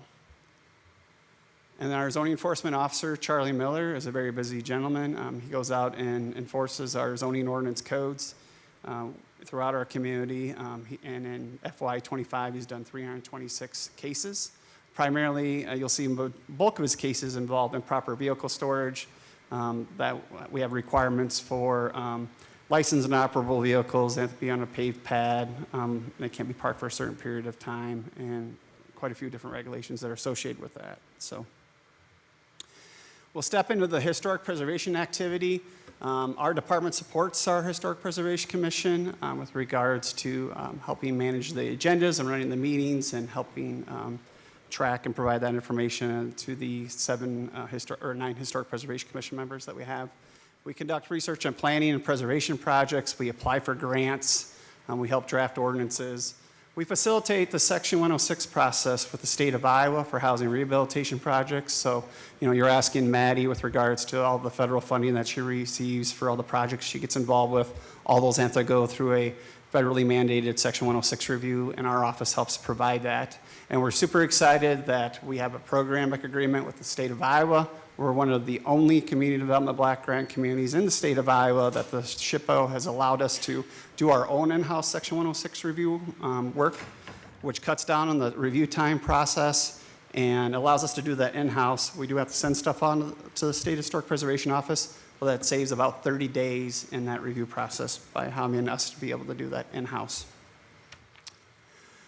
We also get involved with survey and evaluation of our community. We have over 6,000 historic properties, and then there's $7 million of investment in our historic and downtown neighborhoods that were conducted in fiscal year 2025. And here's our breakdown of our historic preservation and staff cases. You can see quite a bit of the workload is associated with those Section 106 reviews, in addition to what they call a certificate of appropriateness. Those are design reviews that go before our Historic Preservation Commission. Facade grant reviews, where we work with the Economic Development Department with the funding that they use for rehabilitation of those buildings located in our downtown core. And then those demolition permit reviews, whether in historic districts or in conservation districts. We talked about historical resources. So we just completed 2 certified local government grants for our Deerville and Volker Highlands. So we did a historical research and documented those neighborhoods and provided public outreach, public meetings, and quite a bit of information, especially during Historic Preservation Month. And it was a great outreach session at the library. We had quite a few people. And it's great when you have those because you have individuals that come in and that provide you even more knowledge that you even think you knew about the property to begin with. We do track our customer service satisfaction survey. So we give out a survey after every one of our cases that we get involved with.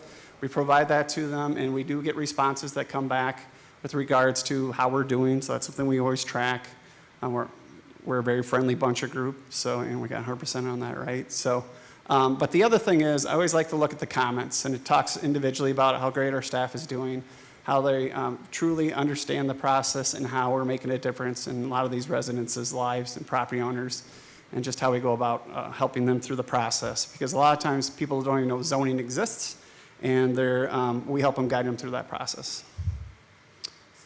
Not only are we an external-facing department, we are very internal. We get our fingers in everyone's business in the city. So all these departments that are located in the city of Dubuque, we provide some kind of service to them, whether it's enforcement coordination, parking studies. You just saw me here on Monday night with the Parks Department with regards to the Eagle Point Park. Just several different departments and how we help assist them in everyday activities. And a lot of times, that's where they don't have to go out and hire a consultant to do the work. They have us here. They're our experts in our field that be able to help assist them with regards to that. Some of our fiscal highlights is our historic structures report, which we just talked about on Monday night, City Council, increasing housing units, that programmatic agreement with the State Historic Preservation Office. We're conducting a downtown intensive land use analysis and our historic Millwork District public open space engagement process that we're working down in the Millwork District. Future initiatives will be to continue the downtown intensive land use analysis. We'll be continuing to work on that historic Millwork District public open space. We'll always be implementing the Imagine Dubuque Comprehensive Plan. Continue to work on increasing housing units in our community, specifically not only rental, but also owner-occupied single-family housing. and the implementation of the Citizen Serve Plan Review software. We're very thankful for Mike Belmont and Ben Potoff, who's been leading that for the building side, and it's definitely helping us out as we use it for our plan review and site plan reviews, in addition to a lot of our boards to conduct an update to the downtown master plan. The other thing I just want to highlight is the Jeffers Challenge Grant that we're applying for. It's a 2-to-1 match that will be able to provide funding that we'll be fundraising for and looking forward to receiving almost up to $2 million to do a historical rehab of the Alfred Caldwell Eagle Point Park structures in our Eagle Point Park district. So this is just a breakdown of our requested property tax support. So the Planning Services Department costs the average homeowner $5.02. When we talk about public safety, everything we do, from zoning regulations to building design standards, we have Jason Dubuque, who works with the Safe Routes to School and the Mobility Group with our bike and pedestrian planning, floodplain management. I am the floodplain coordinator for the city of Dubuque, so anything that gets involved with the floodplain, I work with the Iowa DNR and FEMA on to make sure we're working through and trying to address flooding, and then zoning enforcement, and then all the development review coordination that comes along with that. So here's our recommended improvement requests. One is to just upgrade a desktop unit to a laptop upgrade for our administrative support professional. We're also looking at upgrading 2 computers to what they call an engineering computer. It just has more RAM and capability. With the update to our GIS, Geographic Information Systems, it requires a higher level of RAM for those computers, and it helps speed up those reviews for using our GIS software. We're a very public-facing department. We're in the public all the time, so we have a non-recurring request for City of Dubuque shirts similar to the one I'm wearing right now, especially with Charlie, who's out in the field a lot. We always want to be able to document and recognize people that you are talking to, a city official, and then Safe Routes to School bike gear. We do look at training and helping advance our employees in our office, so this is for our zoning enforcement officer to attend the Association of Code Enforcement Officials Conference. That's just a one-time non-recurring fee. Our National American Planning Conference, we did allow an associate planner to attend that. Leadership Dubuque training, all of the staff has participated in that with the exception of one of our individuals. And then the same scenario with regards to our Dale Carnegie training with our planning tech with regards to everything we get involved with from the standpoint of interacting with the public and public speaking. Here's our fiscal year 27 capital improvement project. It is that $150,000 ask for that downtown master plan update. And our performance measures, we do track the average day of review and approvals for our boards and commissions. This is one for the Zoning Board of Adjustment and our Zoning Advisory Commission. We also talk about the total number of inspections that are conducted on properties to bring them into compliance from our zoning enforcement side. The Imagine Dubuque plan, using the Achieve It software, we track where we're at in implementing those 110 recommendations, where if they're on track, off track, at risk. That's something we do quarterly, and we do report on that to you guys specifically before you go into City Council goal setting. And then also on the historic preservation side, we do track the average review that comes before the Historic Preservation Commission from applications that come into our office, and then the $1 million of investment that are being invested in the historic and the downtown neighborhoods. And with that, that's all I have, unless you guys have any questions. All right, well, thank you very much, Wally. We'll hear from any members of the public first, so if anyone has any public comment on the Planning Services Department budget, now's the chance to come on up and say so. Seeing none here. Anything virtually? Okay. All right, then back to us for any discussion with Wally.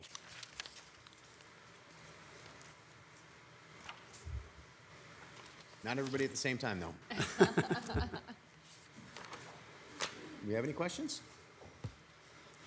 Not seeing any. Okay. I'll just Yep, make please. Yeah, a Ms. Murphy. comment.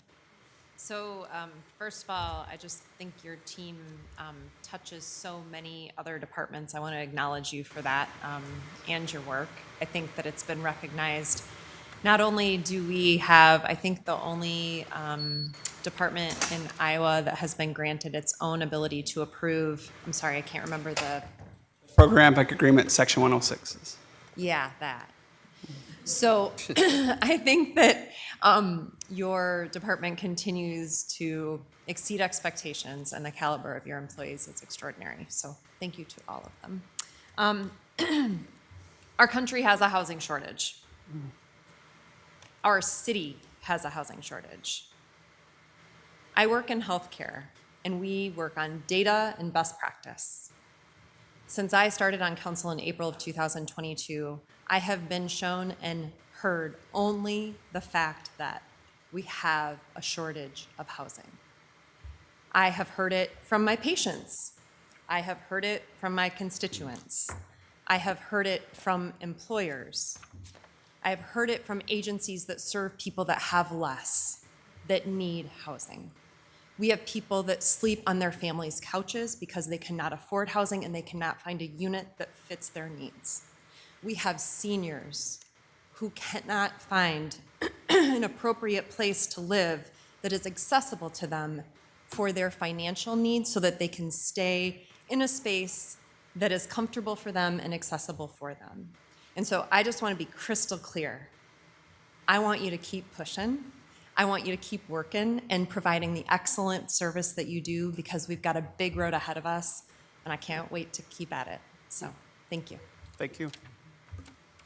Mr. Resnick. Briefly, Laura Karstens did such amazing work the last, 15 of the years that I've been on, and I was just wondering how that was going to translate to a new department with a new head.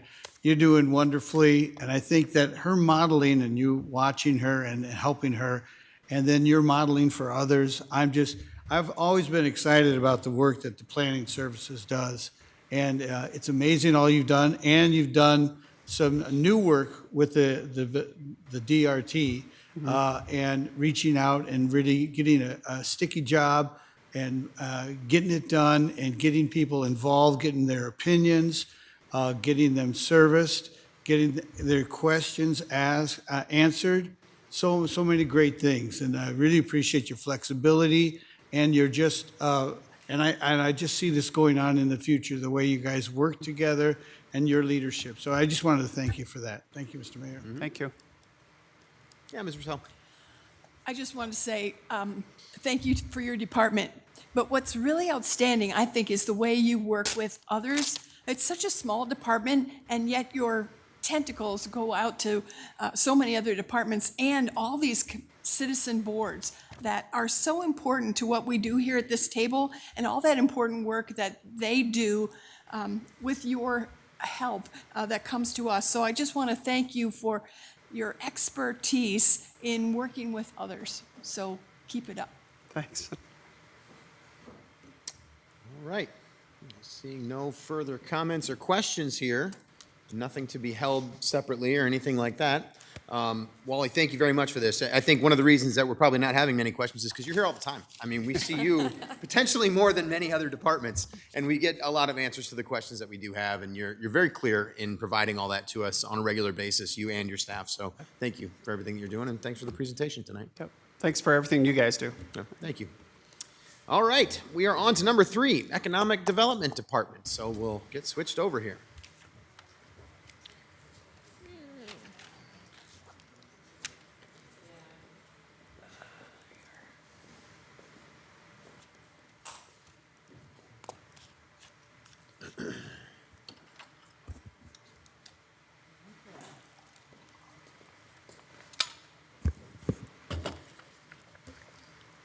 Good evening, Mayor and Council. I'm Jill Connors, Economic Development Director here at the city, and I'm joined by Bonnie Sperling, who is our Arts and Cultural Affairs Manager.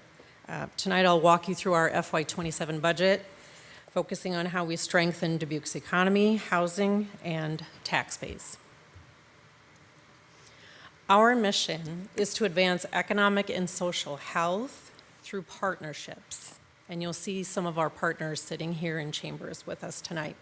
Everything we do ties back to jobs, housing, arts and culture, and strengthening the tax base. We operate with 4.5 FTEs covering TIF, housing, workforce, and arts. It's a lean team focused on high-impact work. This is the team doing the work daily. I'd say we're lean and mean, but we're lean and Iowa nice, I would say. Small but highly collaborative with the other, with housing and planning, for instance, who you've already heard from this evening. We work a lot with them, a lot with engineering and the other departments, as well as our community. Our work aligns directly with City Council goals. Here are the 7 that have been identified by the City Council. And you will see throughout the presentation, you'll notice the icons on the slides showing you what it connects to. In practice, we focus on the economy, housing, health and safety, connectivity, and the arts. Our role is often closing gaps so that private investment can move forward.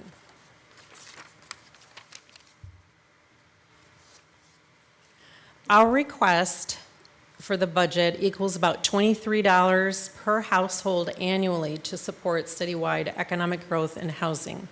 I've done the math. For that household, you get all of us for 8 cents a day. You get all 5 of us. So, it's less than a coffee. Let's talk about TIF. We hear a lot about it. It's tax increment financing. Going to go through some of the basics. A lot of people know kind of how it works, but I want to talk about why it's important how it works. So here's an example of what if we do nothing. So that blue area represents the base value of a property. And if we do nothing, you can see, for instance, a couple of buildings that I selected in the historic Millwork District, which have not been redeveloped. You'll see that over the past 20 years, there's been basically stagnant property values. But what if we do something? Then we're generating increment. We're increasing the tax base. And what is that something that we do? It can be job creation and retention. It can be leveraging that private investment. It's housing development. It's downtown rehabs. It's getting rid of slum and blight. It's paying for some public improvements. So at the end of the day, who wins? It's our community. If you look at the 2 buildings listed here, I tried to identify buildings that were of similar value, kind of a modest-sized building and a larger building. These 2 buildings have been redeveloped, and the assessed value is not stagnant. It's 16 to 17-fold what it was 20 years ago. I'm going to run through the next couple really quickly here. So here's again the 4 buildings, 2 that have not been redeveloped, 2 that have. You can see the assessed value increase. You can see whether they're vacant or occupied. You can see how many jobs are associated with those buildings. You can see how many housing units are associated with those buildings. Now, building 3 is an office only, but it was a good example price-wise to compare to building 1. And the spending power that's associated with the humans who live and or work in those buildings is demonstrated here.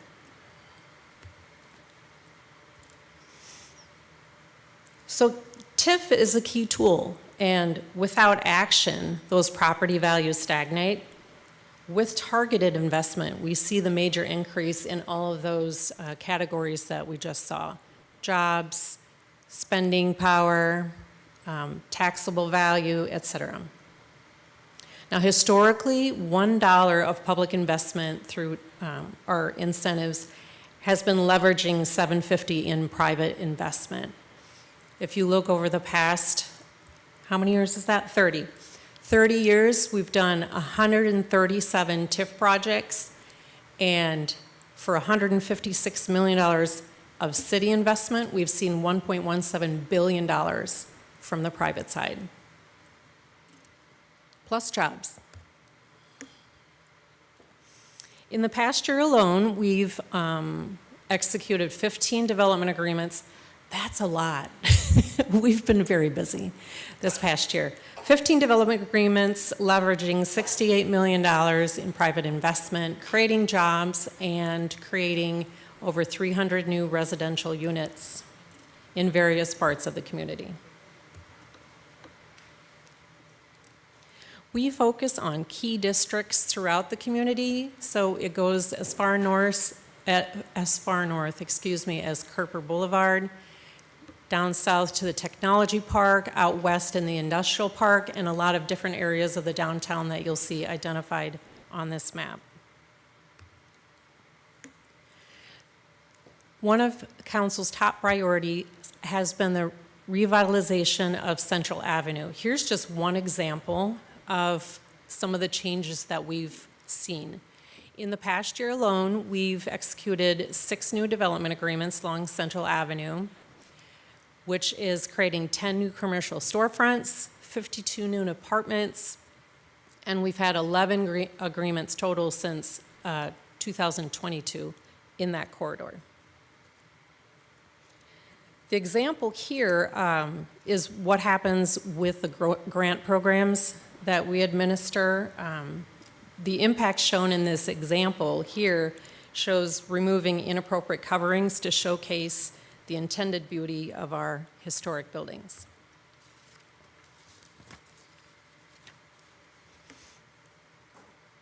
Other work that's happening related to Central Avenue is business and developer outreach. We're removing barriers for developers, one example being some modifications that we've made in our development agreements to insurance requirements. We heard from developers that what we were asking was perhaps unnecessary and a financial burden to them. We had a good discussion both with developers and internally and made that decision to modify those requirements to lower a barrier for the developers. We're coordinating improvements through some meetings, quarterly meetings that Ian Hatch, our Assistant Economic Development Director, he attends those, and he also coordinates internally with other departments related to their work along the Central Avenue corridor. And then here in the photos, some of you were able to attend this meeting back in October. Neighborhood Evolution is a consultant that we've been working with related to small-scale development. And they're helping us try to put together an ecosystem of small developers, would-be developers, getting monthly online training as well as monthly in-person meetups to share resources, knowledge, et cetera. Dubuque Main Street has been tracking downtown investment since they were instituted here in Dubuque 40 years ago. And you can see here there's been over $1.2 billion of total improvements in the downtown in that time. You can see one of the things that they do is they manage the summer farmers market, which is really quite impressive. You can go to larger cities and not see something this cool and well attended. Housing remains a top priority of the City Council, and it's critical for workforce and for growth throughout the community. This project, Union at the Marina, on the north end of town, provides right-sized housing for individuals of all ages by providing that right-sized housing, perhaps for folks who want to move out of their homes. They don't want to mow the lawn and shovel anymore, but they want to remain in their neighborhood, the Point neighborhood. Here's an opportunity for them to do that. That then can open the single-family homes for families who are looking for that option.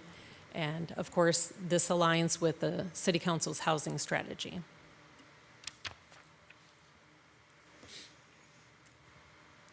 Infrastructure is step one in economic development. We can't develop if we don't have roads, sewer, water, all of the utilities. So that's step one in a lot of what we do here. It enables the development. It's the foundation for the private investment. So here are some examples of the city paving the way, pun intended, for new and future projects. I want to talk a minute about Dubuque initiatives. City staff, economic development and finance department staff are contracted to provide some staffing services for Dubuque initiatives. Dubuque initiatives' mission is to revitalize the downtown area mostly. They started out in the industrial park years ago, but their focus for quite a number of years has been the downtown area. Right now, in order to create some synergy, they are also focusing on the Central Avenue corridor. They're taking a block-by-block approach, mostly in the 1700 and 1800 blocks right now, as opposed to doing a smattering. They're kind of, let's all focus in one area to create some momentum. Some of the ways that they help developers is with their patient capital and some non-traditional financing. Back out to the west end that I mentioned, it's a very long story that I will keep short, which is the Bright Minds campus started as what's the solution, what does the workforce need here in Dubuque, and was boiling down to one key area of a challenge was childcare access. So Dubuque Initiatives really took the lead on pulling together this list of partners, and there were others, worked with the state of Iowa and others, to create the Bright Minds campus out at the end of Chavanel. There are 225 new childcare slots out there, and we went from having over a one-year waiting period for an infant slot to not having a waiting list for infant slots in Dubuque.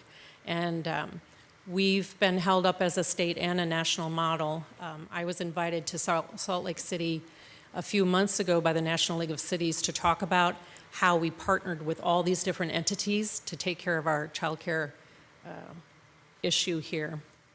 It was very well attended, and people clapped when they heard that we didn't have a waiting list anymore for infant care.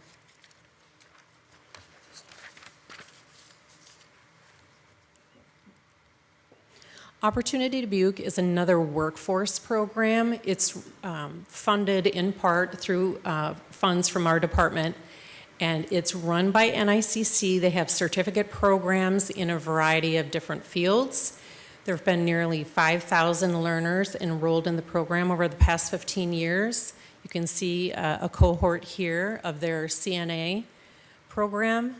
92% of their contacted graduates either are employed or are continuing their education. So this really is workforce that works. We rely on strong partnerships to deliver workforce outcomes, and you can see our partners there. We've spent years trying to build out the network, again with partnerships with the private sector, to get the broadband expanded across the community. And now what we're doing is leveraging this network that's in place. You can see some current efforts here. The Bright Minds facility that you saw a couple of slides ago includes a data center here. We've got the Streets program, which you probably heard about from the engineers a couple of nights ago. We've got precision policing support and the Southwest Arterial Fiber Link, completing a redundant superloop in the community, which is possible thanks to having this network built out.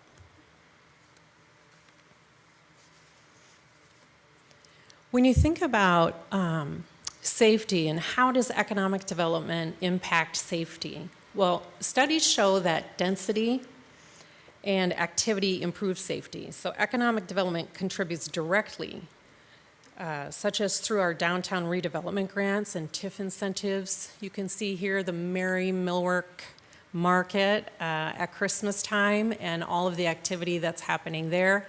It's nighttime. There's not a problem. It's safe. You can be downtown. These partners extend our capacity and deliver key services efficiently.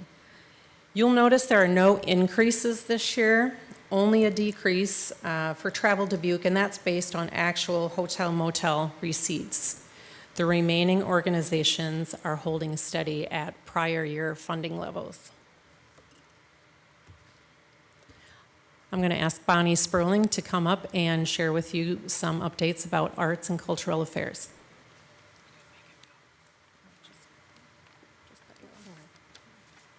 Good evening. My name is Bonnie Sperling, and I currently serve the City of Dubuque as the Arts and Cultural Affairs Manager. Tonight, I'm going to just cover some highlights from the Office of Arts and Cultural Affairs, including the final year of the Arts and Culture Master Plan, an update on the Arts and Culture grant programs, as well as other funded initiatives. The work of the Office of Arts and Cultural Affairs is grounded in the goals and priorities established by both the Arts and Culture Master Plan and the Dubuque City Council. We are now in the 10th and final year of our current 10-year Arts and Culture Master Plan, marking an important milestone as we reflect on the progress made and begin to consider the future direction for arts and culture in our community. The Arts and Culture Operating Support Grants provides funding for the operational expenses of nonprofit arts and cultural organizations that advance strategic arts and cultural initiatives that serve the residents of Dubuque. This program is designed to expand community access to a wide range of arts and cultural experiences, fostering creativity, lifelong learning, and meaningful participation in Dubuque's vibrant arts and culture landscape. As you can see, well, on the right side of the screen here, in FY26, there were 20 operating support grant applications, and it is the desire of the Arts and Cultural Affairs Advisory Commission to fund every single eligible organization. So all 20 operating support grant organizations were funded. The total operating support grant award was $248,677. However, as this graph shows, Dubuque Arts and Culture sector has grown substantially in both size and scope, outpacing our current funding levels and creating a gap between available resources and community demand. The Special Projects Grant, which is what we did in 2020 or FY26, provides funding to support unique and innovative arts and cultural experiences that prioritize community engagement and meaningful partnerships, fostering opportunities for all involved to experience growth and transformation. In FY26, there were 13 special projects grants applications. We were able to fund 6 of them for a total award of $36,200. Here's a list of some of the folks that we have funded over the years and some of our partnerships. In other funded initiatives, in the year 2025, we hosted quarterly creative cafes, providing opportunities for local creatives and culture bearers from a wide range of backgrounds, experiences, and disciplines to engage in meaningful conversations and networking. We also utilized the remaining Bloomberg Asphalt Art Grant funding to refresh the existing bus stop murals that were begun in 2022. They were starting to look a little worn because of our Iowa winters. We made sure that they align with the recently completed artwork in 2025. Moving forward, the 2026 Art on the River Sculpture Exhibition, Stillness in the Driftless, has received 53 applications from 32 artists representing 12 states. 3 artists from Dubuque were selected for this highly competitive exhibition, including Hempstead High School junior Danielle Jelinek. Danielle is going to collaborate with fellow high school art students under the direction of her teacher, Taylor Hoser, in partnership with the University of Wisconsin-Platteville Sculpture Department. I thought this was a really exciting change. As you know, I'm a former educator, so I just love the fact that we are partnering with the schools as well as the colleges that are local. Back to Jill. We have one improvement package that we're proposing this year, and it's actually a cost savings. It's to review arts and culture grants. As they come in, we need assistance with reviewing the applications, checking for eligibility, that sort of a thing. So this would be a recurring $3,000 cost. However, we're eliminating the intern position, so in fact, it's a net $7,500 savings. Okay, now we're going to talk big money. We have 3 capital improvement projects in our budget. We have the Downtown Rehabilitation Grant Program, which is the combination of the housing creation grants and the facade grants and planning and design. We have workforce development, which is funding that's provided to Greater Dubuque Development for the work that they do. And we have a new CIP that we're proposing, which is a downtown storefront activation program, and I'll describe that a little bit more in just a minute. All right, I want to call out what's in the CIP book. I heard some comments from the public the other night, and there was some concern about what do these numbers actually mean? Why am I seeing all of these different numbers? So I wanted to point out here, do the math on the slide so we can talk through what's actually available. The CIP book correctly shows a total project cost of $5.7 million.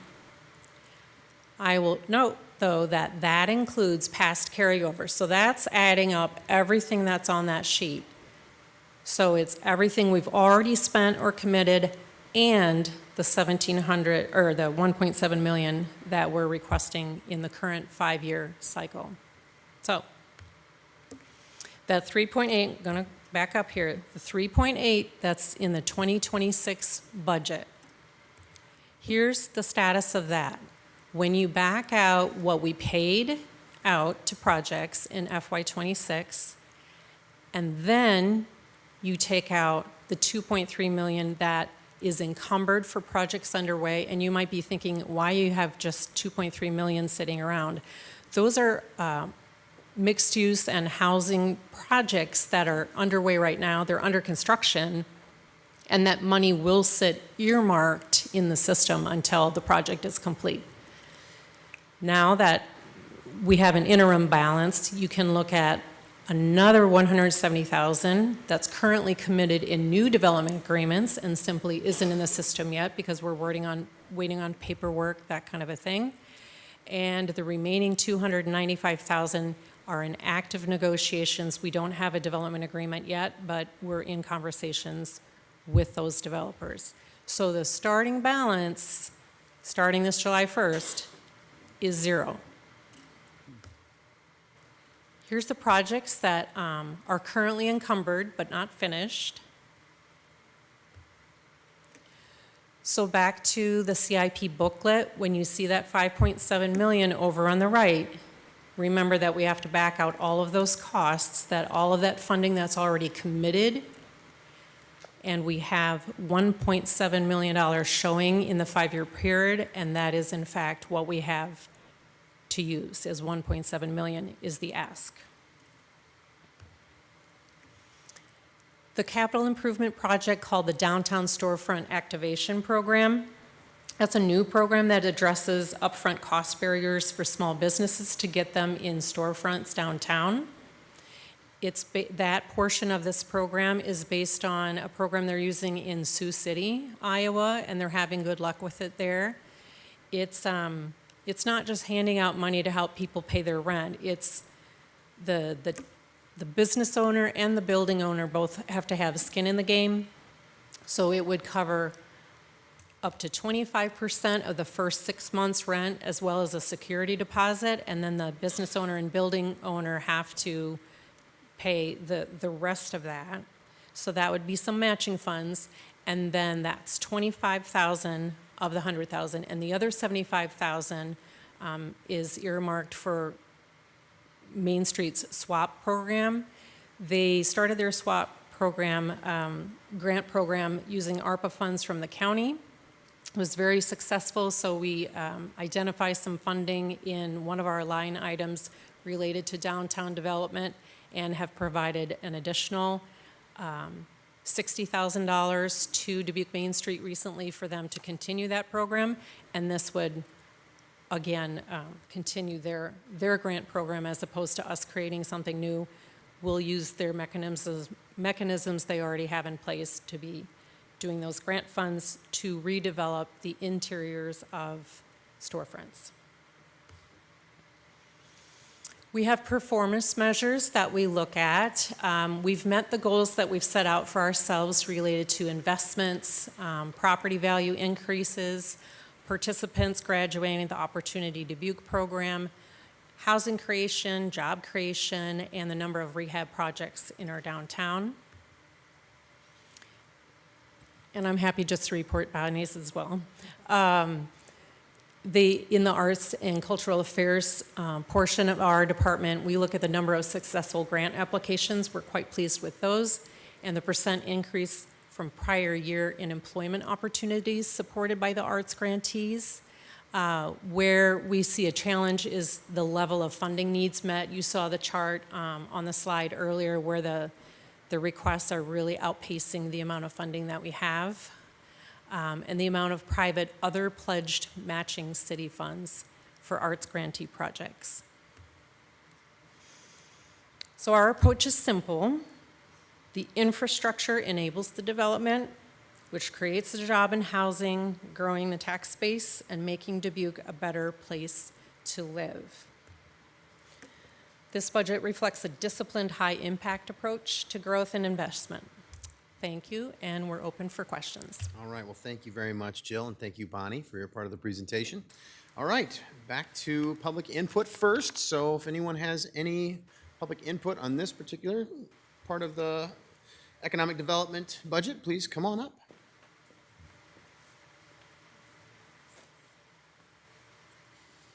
Good evening, everybody. Jason White, President and CEO, Greater Dubuque Development Corporation.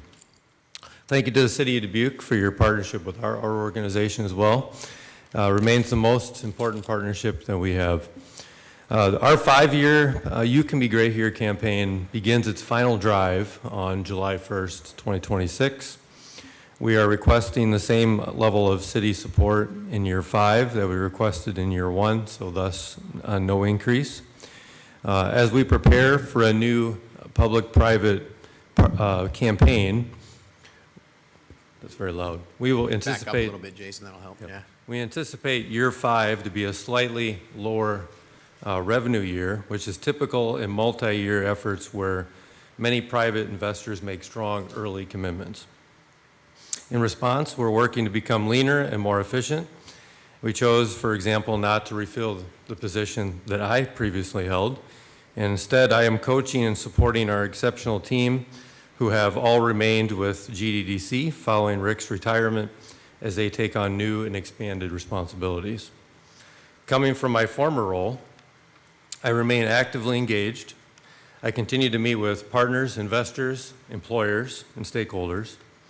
I want to hear directly from the people we serve so that our strategies are grounded in first-hand conversations, not second-hand summaries. Our board has also asked me to lead the succession plan for Dave Lyons, our Director of Strategic Initiatives, who will retire at the end of this year. Dave has been central to advancing childcare access, broadband expansion, and more recently, working with me hand in hand in the exploration of a multi-use community sports complex. Ensuring continuity in this work is essential for both our organization and the City of Dubuque. Greater Dubuque Development's focus is on growth, jobs, business investment, wages, and tax base that supports the city's long-term financial health. Our vision centers on 2 goals. 1, becoming the region that performs best at attracting and developing talent and growing population. And 2nd, becoming the region that leads in attracting business investment, whether from existing employers, new ventures, or recruited firms. And anything that does not directly support these 2 goals requires careful analysis and examination. I'm honored to serve in this role, but there's a couple of things I want to highlight going forward as 2 areas that we need to address to be the best community that we want to be. 1 is talent attraction. The greater Dubuque area is beautiful, welcoming, and filled with hardworking, generous people. With that said, we want more of them. We have joined the Midwest and National Economic Development Associations and will continue positioning the region with the launch of a more aggressive talent attraction strategy informed by the feedback on our competitive gaps and competitive advantages. I know our team is really chomping at the bit, and this will be a focal point in our next campaign. And also the creation of development-ready land. Business attraction and expansion aren't solely driven by storytelling and marketing alone, and of course we have a very compelling story to tell. Companies make decisions based on the availability of development-ready infrastructure-served sites. As a region, including Dubuque, we know that there have been moments when the right site wasn't ready at the right time, and we have lost some opportunities as a result. As highlighted in this week's engineering presentation, however, a couple days ago, the community has already made significant infrastructure investments. The time is approaching to capitalize on those efforts. To compete and win, we must continue preparing the kinds of sites employers expect and securing the land needed to do so. Just to highlight a couple of things, picking up on Jill's presentation. So one of the things we are actively involved in is facilitating economic development projects. So that's an ongoing basis. Some of the more recent ones have been Universal Tank, Physical Therapy Solutions, FEH Design, and Vanguard. As you're very well aware from the last work session, our Info Action program continues to be a cornerstone and has for many years with the relationships we build with the existing employers, which also comes forward with a lot of the projects that we ended up working on. Our newcomer program and distinctively Dubuque efforts have been very focal been a focal point in our efforts to retain employees and population in our community. And our talent efforts with interns, with our summer intern program with Talent Dubuque, has also been a focal point of retaining college students in our market. The city of Dubuque does post jobs on accessdubuquejobs.com. So in the last year, 102 jobs have been posted, 13,100 job seeker views, and 567 candidates directed to the website as a result.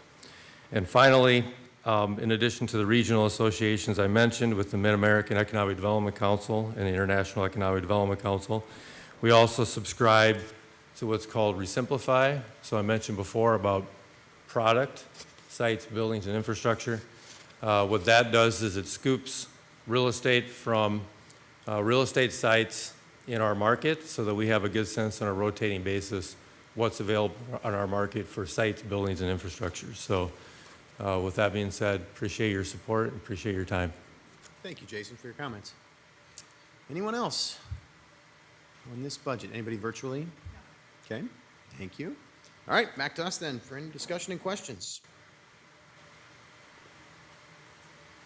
Mr. Esmond. Mr. Mayor, thank you. So, Ms. Sperling, if you wouldn't mind. Oh, wait, I'm sorry. Did you, Caprice, did you want to say something? Oh, yeah, please, come on. We'll back to public comments then. Sorry, Mr. Esmond. Thank you very much for catching me. A little slow on the uptake there, Caprice, but glad to see you. I was waiting to see if somebody else is going to go. Yeah. Thanks for coming. All right, thanks for having me. All right, so good evening, Mayor and council members. On behalf of our organization, I want to sincerely thank you for your continued funding and partnership over the years. Your support is not just helping us operate. It is helping us track progress, strengthen accountability, and make sure we are delivering real results for the people we serve. This year, our FY2026 KPI scorecard is helping us measure that impact in a clear and meaningful way. Through our work, we are seeing growth across several areas, including DCJ Real Talk, Community Real Talk, and DCJ and Community Partners in Change. These programs remain at the center of our mission, and they continue to create space for connection, accountability, and transformation. Because of your support, we are serving more people and reaching more communities. Our roster, Partners in Change, has grown from 113 people in FY25 to a FY26 goal of 134 people. We have also completed 43 assessments in FY25 with a FY26 goal of 52, showing that more people are entering the pathway toward support and change. Our DCJ Real Talk attendance reached 525 in FY25, and our FY26 goal is 630. Our community Real Talk attendance was 733 in FY25 with a goal of 880 in FY26. These numbers show that the community is engaged, that the need is real, and that your investment is making a difference. We are also seeing strong engagement through our broader community work. We are aiming for 40 community engagements in FY26, up from 30 in FY25. Because every presentation, workshop, and speaking opportunity helps us extend our reach and deepen trust. At the same time, we are focused on outcomes that matter beyond participation alone, including employment, connection to support services, graduation, and long-term stability. What makes this funding especially meaningful is that it allows us to pair compassion with accountability. We are not only serving people, we are measuring results, tracking progress, and holding ourselves accountable for outcomes. That includes monitoring our completion rates, staff retention, fundraising performance, and budget stewardship so we can continue this work sustainably. We also want to recognize the human side of these numbers. Beyond every attendance figure, every assessment, and every graduation is a person taking a step forward. Before every data point is a story of resilience, effort, and the possibility of change. This is why this funding matters so much. We are deeply grateful for the City Council's investment in this work, and we want you to know that your support is helping us build stronger programs, stronger partnerships, and stronger outcomes for our community. Thank you for standing with us and for believing in DCJ Real Talk, Community Real Talk, and DCJ and Community Partners in Change. And I would be remiss if I didn't share this personal, I guess, success story. It's a person that's been connected with us for the past 3.5 years. And she sent me a text message the other night. So we keep in touch with all our participants in some capacity. Majority of them actually still come to the Fountain of Youth on a weekly basis. So she said, "Hi Caprice, just letting you know I got uncomfortable with being comfortable and went for a department supervisor position at Lowe's, and I got it. This is why I haven't been at the meetings for a bit." She's been messing for 3 weeks. "I'm hoping to come back for some meetings. I just do not know when for sure. I hope all is well." So that's a success story. And this woman entered the Fountain of Youth almost 4 years ago, not knowing what she really wanted to do. But she ended up in DCJ for something minor, but yet it affected her life. And then she's been continually participating in our program in some form or fashion. And we partnered with Lowe's corporate to get people with backgrounds an opportunity to be able to get hired at Lowe's. And she's been there for 3 years, and now she's a department supervisor. So thank you all for keeping the doors open in some capacity. And I want to just lead with this. I watched earlier, I don't know if you all are familiar, but Dr. Martin Luther King Jr., he was assassinated years ago in April.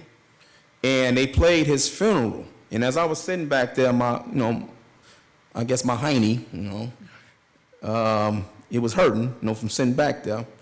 And I'm off today. And today I took my son to Iowa City to get his retainers. And then I actually came here, and I'm off today. But I had to remember why I'm doing what I do and why we do what we do. We do what we do as a collective because this is how we want to be remembered.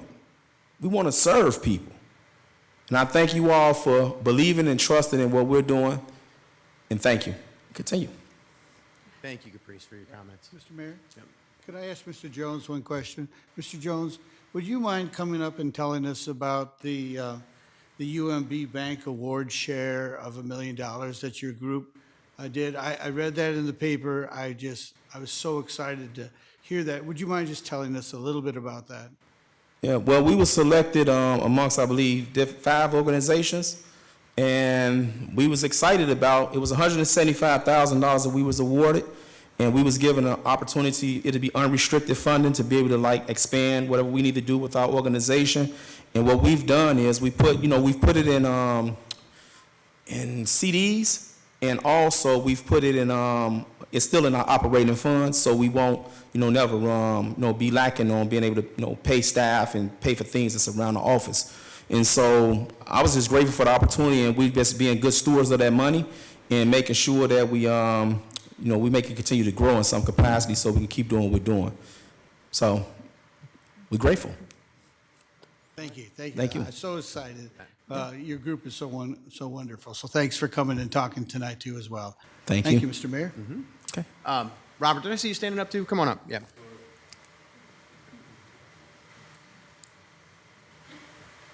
All right, since you're forcing me to speak, I'll speak. I'm not forcing anything. I just want to make that clear. I'm just kidding. Well, you all know how much the Dubuque Dream Center appreciates your support. I mean, that just goes without saying. That's why so many of us are here tonight representing the Dream Center, and even some of our youth have come out just to show how important your contribution is to what we do. You know that we impact youth and we seek to strengthen families. But we're in our 13th year. And in our 13th year, we actually have alumni. Over 90% of our alumni are now still in Dubuque as adults. They are in college at UD, Clark. A couple have went to the University of Dubuque. They are in the workforce, and some are even working for the Dubuque Dream Center. Since we started the Dream Center, and in 2016, when we first started to get support from the city, is when our impact was boosted and took off. Those funds, that investment, that support literally not only saved lives and transformed lives, but it contributed to young adults staying in our community because they seen that there's a community and leaders that care about them. As the city and all of our great leaders have these initiatives of bringing people to Dubuque and retaining Dubuque, don't forget about the Dream Center and our impact. Don't underestimate what we can do at the Dubuque Dream Center and the impact we can have to contributing to the economy and this community. I gotta say, because we all know, there's a couple of things that have been happening in our community with the youth that's tragic. We knew some of those youth personally. But for us, that scenario only reinforces why what we do is so important and where we're located. I remember Alex from the DRA before he left. I remember sitting in and listening to a presentation, and he said, we deserve nice things in Dubuque. I'll never forget that. It just really hit me. And all I can think about is the students and families we serve and where we were located. And I thought, you know what? We deserve nice things too. And you, Mike Van Milliken, I thank you, the city council, you all took the first step to helping us have nice things. You allowed us to purchase the building at Fulton. Actually, you gave us the funding for it. And as a result of that, we literally started our own academy. Now that's controversial, but for the Dubuque Dream Center and the families we serve, we're behind the scenes and we're not really being debated nationally in how those funds have impacted us, how we literally now have teachers in our building because of that support, that are pushing our students to academically high levels. Many of our students are progressing to honors level, getting off IEPs, things that wasn't happening in the 6 or 7 years some of them have been in other schools, schools.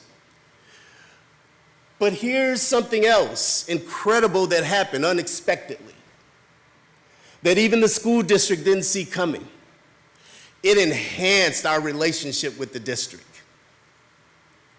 We now have public school teachers that work at the Dream Center. Because of the Title I funds and support that's required,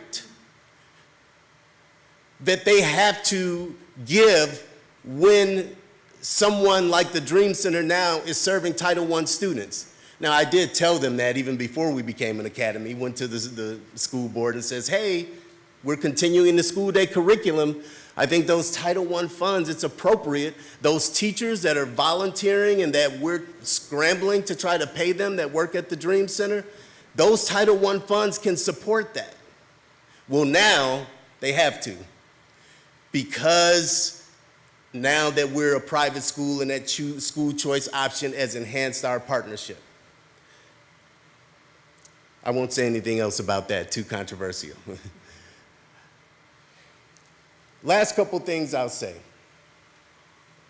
Even though I did request an increase, I request 80,000 and we're getting 63,000. I will be so grateful for 10,000, 20,000, because what we're doing, the investment we're making, and how it's giving back to Dubuque, I'm not sure, even though the council and everyone understands the Dream Center's impact, I'm not sure if everyone really understands the difference the investment is making. Maybe the Dream Center, we need to do a better job of measuring that and articulating it, I'm not sure. But City Council, I'll never forget when you all gave me a presentation of the Dream Center. Me and Raquel sat up here and each and every one of you told us what the Dream Center is. So I know that you understand it. Because you said some things that I was surprised you even knew. And with that being said, I'm grateful for everything you all have done. I mean that from the bottom of my heart. And I only hope, because I've spoken to each and every one of you individually, that you will continue to support us. And I also hope that you really find it in your heart to think about it, because I know, Mayor, there's a lot going on at the legislation, and funds are tight. But I really hope you all really, really think about it and reconsider how investing in sustaining the Dream Center, because even though we have those funds, we have those Title I funds, the after school and summer program is still where we struggle and we need support. So I hope you all really, really consider continuing to invest, but enhance your support. And if you have any questions, come see me again. Let's re-talk about it, because the Dubuque Dream Center can be a great representative for Dubuque. The Dubuque Dream Center is your organization. You invested in it. Don't forget about us. Thank you. Thank you, Robert, for your comments. Mr. Mayor, could I speak to Mr. Kimball, ask you a question, or just let you know that just today, I was up at University of Dubuque, and a young woman was coming in for a vocal lesson. I said, wait a minute, don't I know you? And she said, yes, you taught guitar at the Dream Center, and I was one of your students. I thought, that's right. Of course, she's a lot taller. Yeah. But, and I see many of you, I see some volunteers, some dedicated volunteers of your Dream Center, which inspired me when I was down there, and the work and the students themselves, they just soaked up that information that volunteers were helping with. But that you mentioned that they're out there doing great things, and just today, I witnessed one of your graduates doing great, arts work at University of Dubuque, and I'm sure that many others, because I know some of the fine character that those students have, and willing to work hard and learn. It was exciting to be down there. So I don't know if you still need volunteers, but that's a great place to volunteer because your work turns over and immediately takes effect in the lives of these students. So I just wanted to thank you for all the work that you're doing, acknowledge some of your volunteers, and congratulate your students as well. Thank you. Thank you so much. Mr. Mayor. And can I say before I go, you're welcome back. I'm still open for that music expansion. Like, we would love to have you. Thank you. No problem. All right, thank you, Robert. You're welcome. Yeah, let's move on, and then we can have discussions. Is that okay? I just wanted to acknowledge, maybe have everyone affiliated with the Dream Center stand, because there's so many of you here tonight and you've waited so patiently, so many volunteers and students. I just want to salute you for your dedication and your hard work.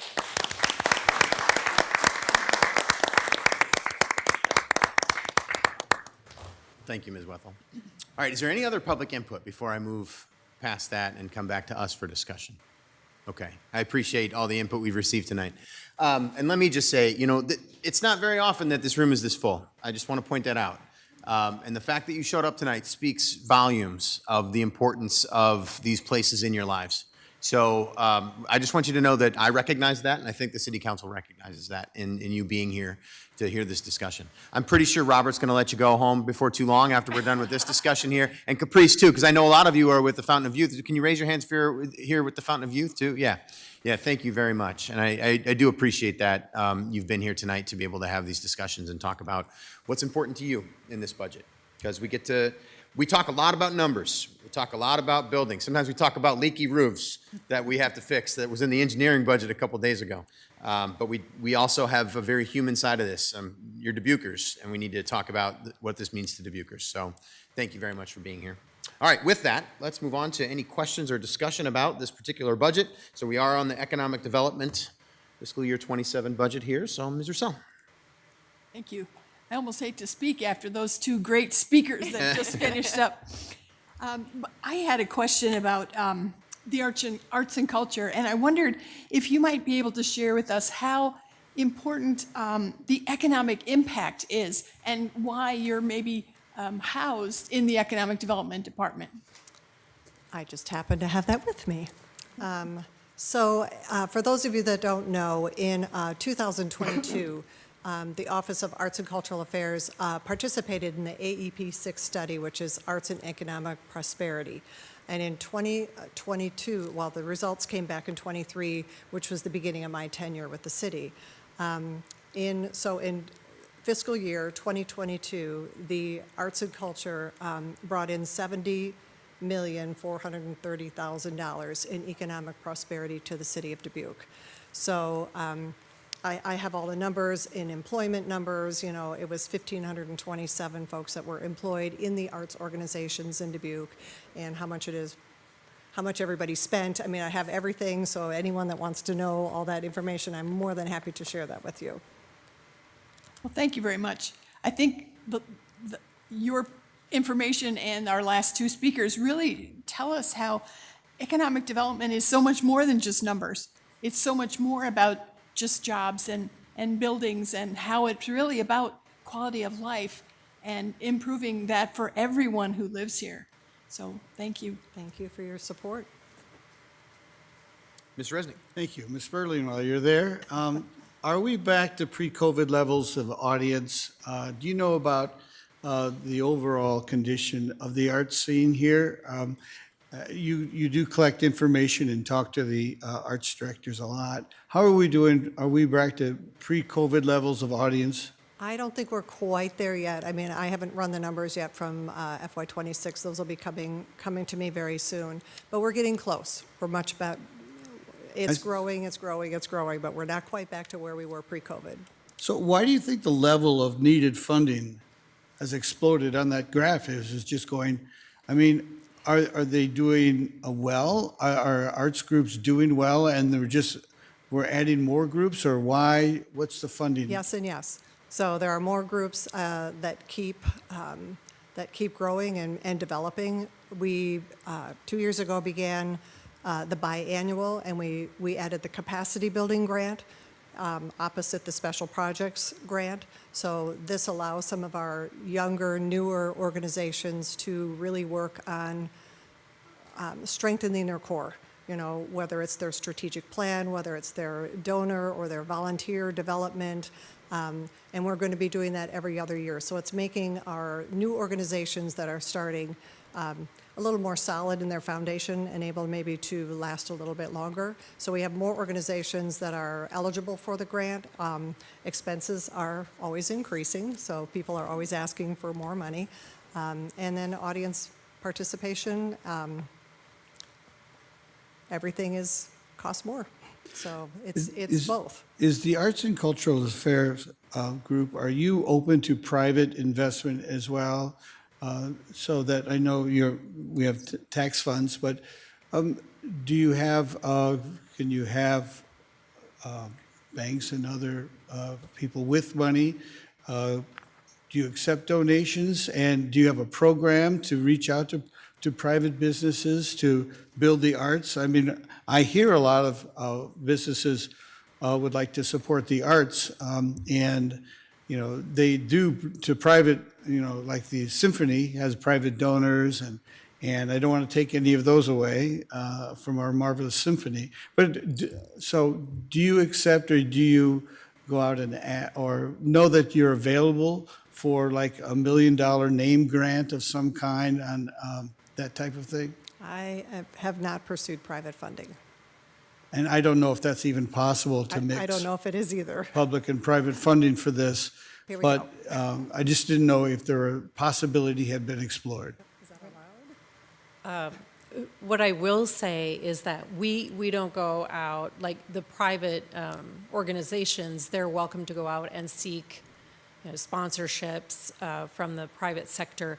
What we have done in the past is applied for grants, either from the Bloomberg Foundation or, you know, or a federal grant from the National Endowment for the Arts. So we have received some funding into our programs from that aspect. Maybe that answers the question, but not from the private sector giving us money to do programming. Okay. Well, So we generally don't compete with the right. private sector, not the private sector on fundraising. There are a few exceptions. In the Bee Branch Creek flood mitigation project, we sold benches and bricks and named trees. In the Veterans Memorial on Chaplain Schmidt Island, which we're now responsible for, same thing. You can buy bricks with family members' names on them. And we also have a citywide bench naming program where you can pay to have a plaque put on a bench. But those are the only ones that I can think of. Thank you. And I don't want to snatch any of those great, wonderful angels that support our arts.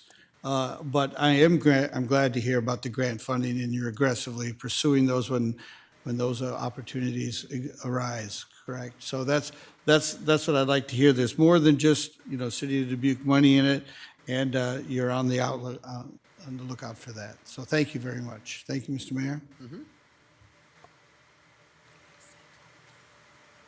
More? Yeah, Ms. Landecker. Yeah, thanks, Mr. Mayor.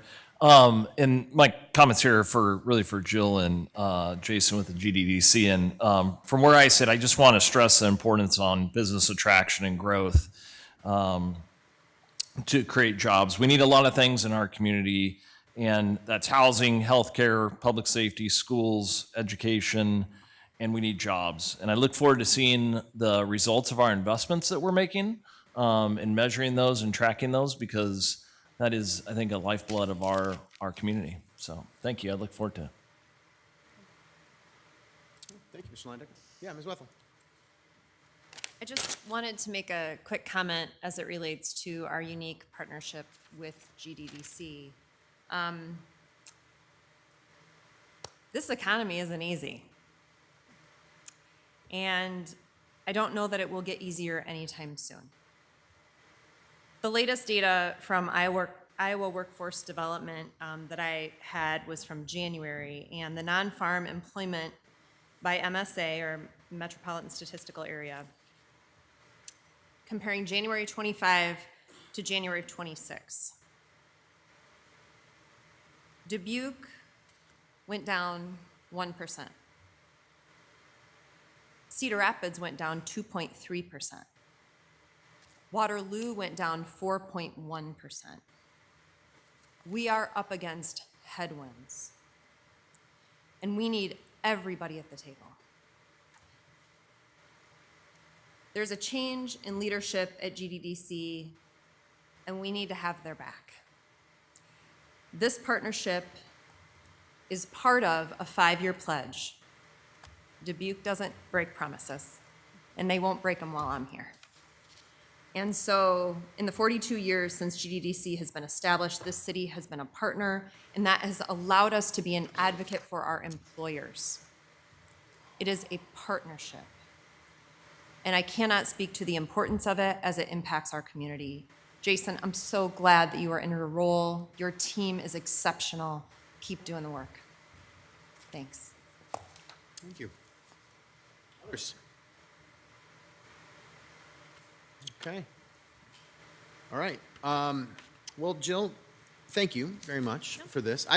Honestly, I obviously sat through a few of these budget presentations, but I just want to tell you that the one that you gave tonight, I think, probably had the greatest impact on me because of the story you were able to tell with the things you put together and the details. Do you like the icons?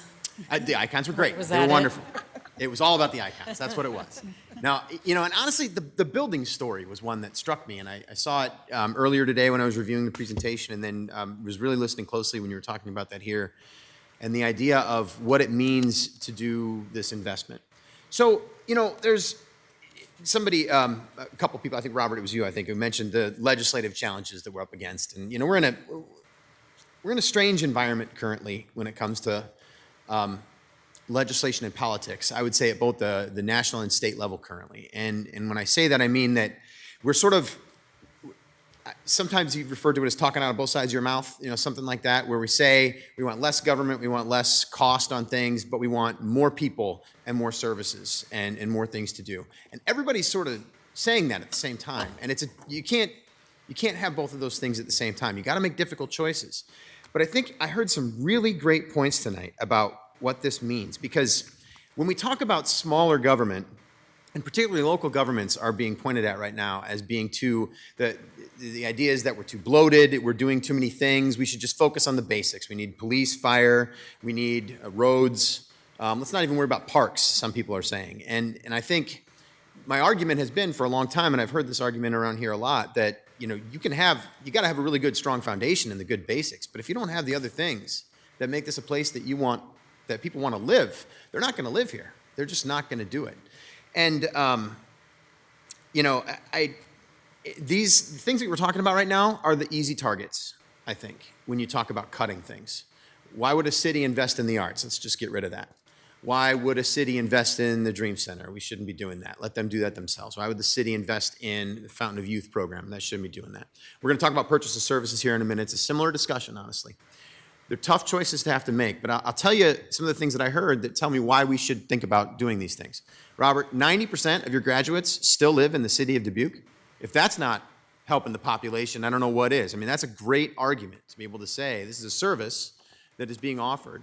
And it's not just fluff either. The things you're doing matter to the people who have chosen to stay here for that long. Mr. Resnick pointing out that a student was at UD, met plenty of people who have been to the Dream Center working in the community.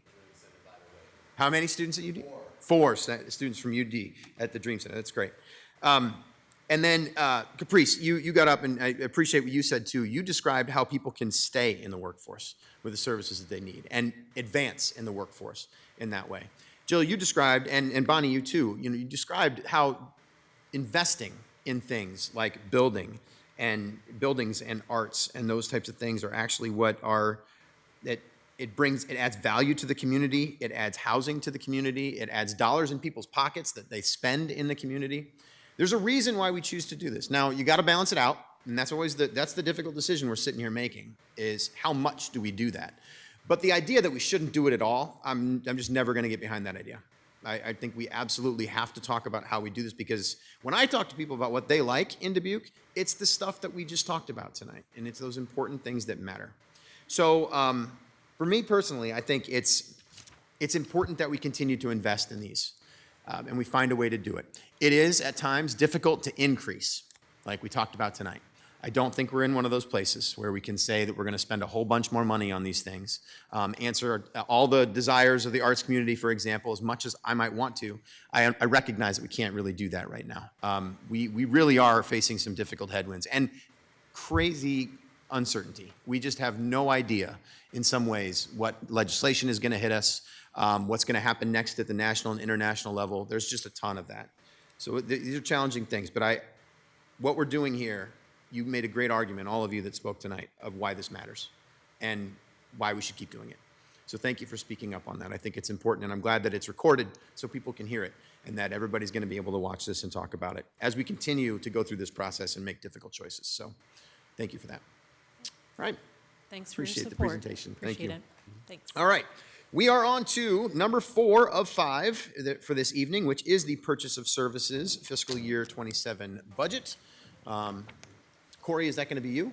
I see you on the move. Okay, so when you're ready, we're ready.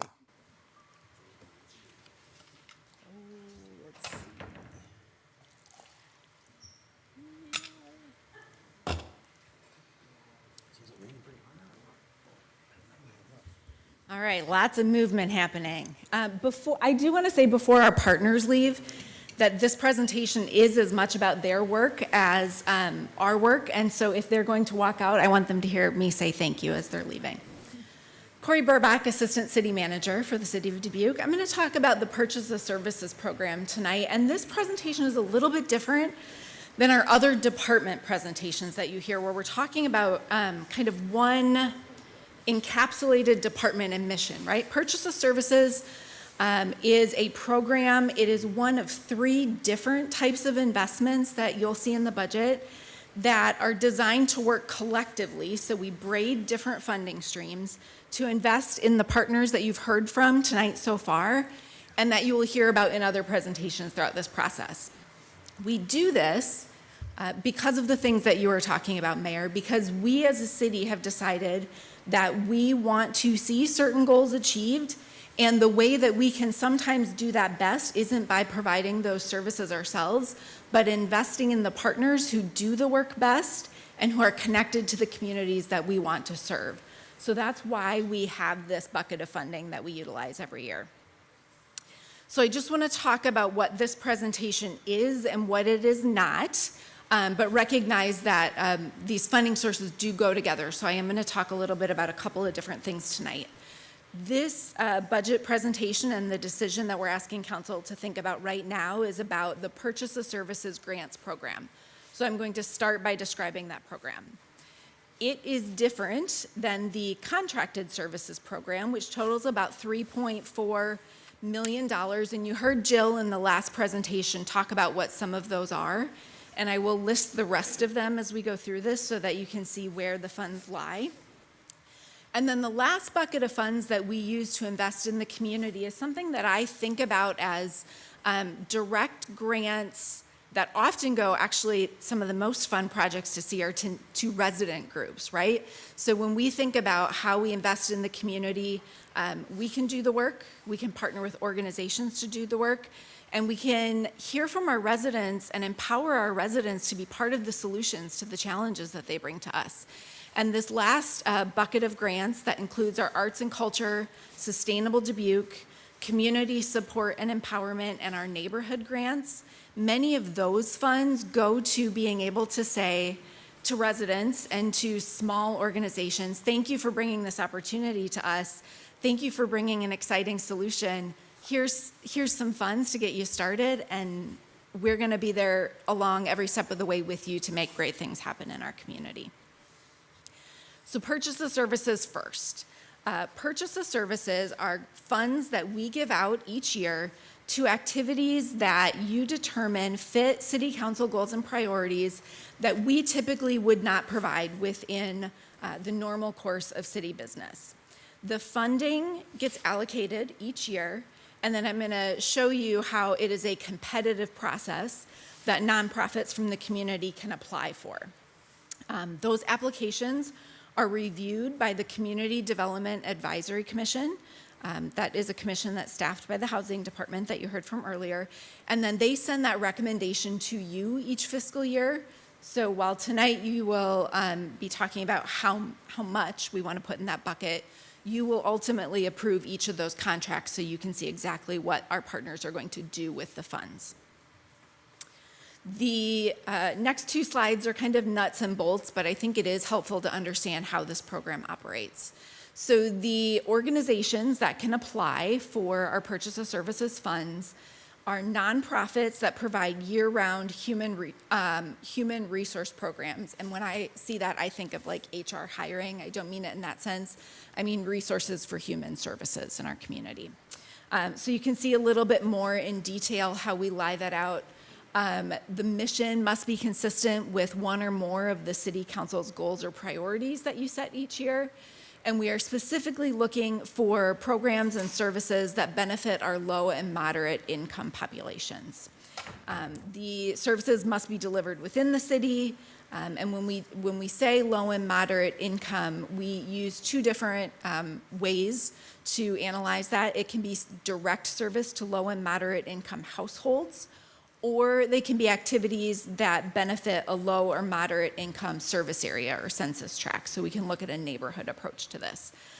We fund both place-based and person-based programs, and we are really looking for opportunities to increase potential and increase collaboration with our residents. Generally, what I would say about this pot of funds is that we fund programs and services. You can see the list of ineligible costs here on the screen as well. So the timeline for this program, the kind of cadence, is that through this budget process, you allocate the amount of funds that will be in the bucket for the year. You may have seen we start about the same time of year doing some training with our nonprofits so that they really understand what we're looking for. They understand the organizations that you heard from tonight. We're sharing with you some really great both quantitative and qualitative success stories. They understand what we're looking for to say, yes, this is a good use of city funds. So we do that training in the spring. We ask for a competitive application process. And then, as I mentioned, the commission will ultimately review those applications and send recommendations to you. So this is the list of organizations that were funded in the fiscal year 26 Purchase of Service Program. I want to recognize that for many years, this has been a recurring $100,000 pot of funds that comes from the general fund. So you can see the different organizations up here, some of whom you've heard from tonight. I do want to recognize that I have lots of staff behind me and on the GoToMeeting. If you do have specific questions about what's happening with any of these programs, we would be happy to answer those for you as well. What is being recommended for fiscal year 2027 for this program is a continuation of the $100,000 general fund that you have seen in the past. So now I want to shift and just talk a little bit about each of those other funding sources. Sometimes when we talk about purchase of services, someone will go, oh, I thought I was in that bucket.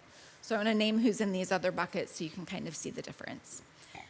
So additional fiscal year 2027 investments that you're seeing proposed. The first slides that you'll see here are contracted service. Everyone on this slide is a general funded organization. And the way that these contracts work, you see the responsible department column in the middle. Those departments work with each of the organizations to negotiate a contract and determine what's going to be done with the funds. And so you'll hear, as Jill did, those departments will highlight some of the success stories throughout these budget evenings. If you're curious about more of the details about what's happening. You can see one organization, two different categories here. ECIA in their membership dues and transportation planning are recommended for increases. Everyone else on this slide, we are recommending no change for fiscal year 27. The second slide is also general funded contract services. Again, you can see most of these partners on this slide have a $0 change. The one change that we are recommending, and you will hear more in the health services budget about the change in services, is for the Humane Society, and that's about a $28,000 increase recommended. We do have a few contracted services that are funded with other funding sources, and so I wanted to call those out specifically on this slide. The first is Travel Dubuque, which Jill mentioned is funded with hotel motel tax revenue. And so that is, that number is determined based on how much comes in, and we have an agreement with Travel Dubuque that they get the majority of those funds. So you see the projected change there. Then we have Greater Dubuque Development Corporation, as Jason mentioned, recommending a $0 change on those two. So the rest of these slides then are just a snapshot of what's happening in those other smaller grant programs. And as I mentioned, many of these are going to community organizations, neighborhood associations, maybe smaller startup nonprofits that don't have some of the backbone that some of our larger organizations have. So you see that we have Sustainable Dubuque grants recommended for funding at $25,000. Neighborhood grants are recommended at $39,560, and there is an improvement package here that you'll hear about in the Community Impact Department's budget presentation. You just heard from Bonnie about our arts grants, so I won't spend a lot of time on those. And then our community support and empowerment grants, those live in our Human Rights Department. I wanted to grab just a snapshot of what actually gets done with those funds. So when we think about the Sustainable Dubuque grants that have been funded in this fiscal year, so fiscal year 26, the column on the left have already been approved by you. So the process for this one, similar to purchase of services, we have a commission review applications. Here's the Resiliency Advisory Commission. The column on the left you've already approved. The column on the right, the commission is meeting tonight. So these will be coming to you, assuming that that recommendation comes through. I wanted to include it to make sure that we recognize those nonprofits, but that'll be coming to you hopefully at your next council agenda. When we think about our neighborhood grants, any of you who have been to a neighborhood block party or some of our holiday gatherings have seen the impact that a small amount of dollars can have on some of these. So you can see the top ones here are some of our most active neighborhood associations. They can actually apply for multiple grants in a fiscal year for multiple events. So you see that is why some of those folks have multiple grants listed up there. And then the other thing that's exciting about this grant program is that we offer the opportunity for other organizations to partner with a neighborhood group. Sometimes they have some capacity that the neighborhood associations don't have. So you can see the second half of this list is some of those organizations that have offered some great events and services in our neighborhoods. This slide got a little tiny on the text, I apologize, but this is a reiteration of something that you've seen before. So these are those arts operating grants that Bonnie discussed and what's going out the door in fiscal year 26. And then these are the special projects totaling $35,000 also that Bonnie discussed. The last one of our direct grants that we give out into the community is our newest, our baby grant program, and that's the Community Support and Empowerment Grant. I mentioned this comes from our Human Rights Department, and so you can see the organizations there. This grant application is also reviewed by members of our Human Rights Commission. So I want to recognize in all of these grant programs the role that our resident volunteers and those commission members play, because often the part that our commissions do really well is hearing. There are ears in the community. They know what the needs are.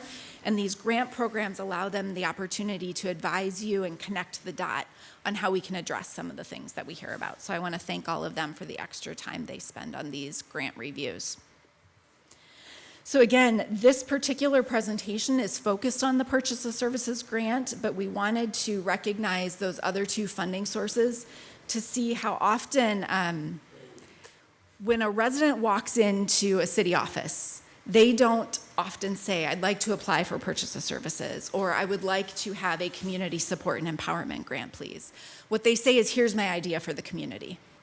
And so what our staff that are here do really well is hear that idea and say, here's what would work best for that idea, and here's how we can help to make that happen.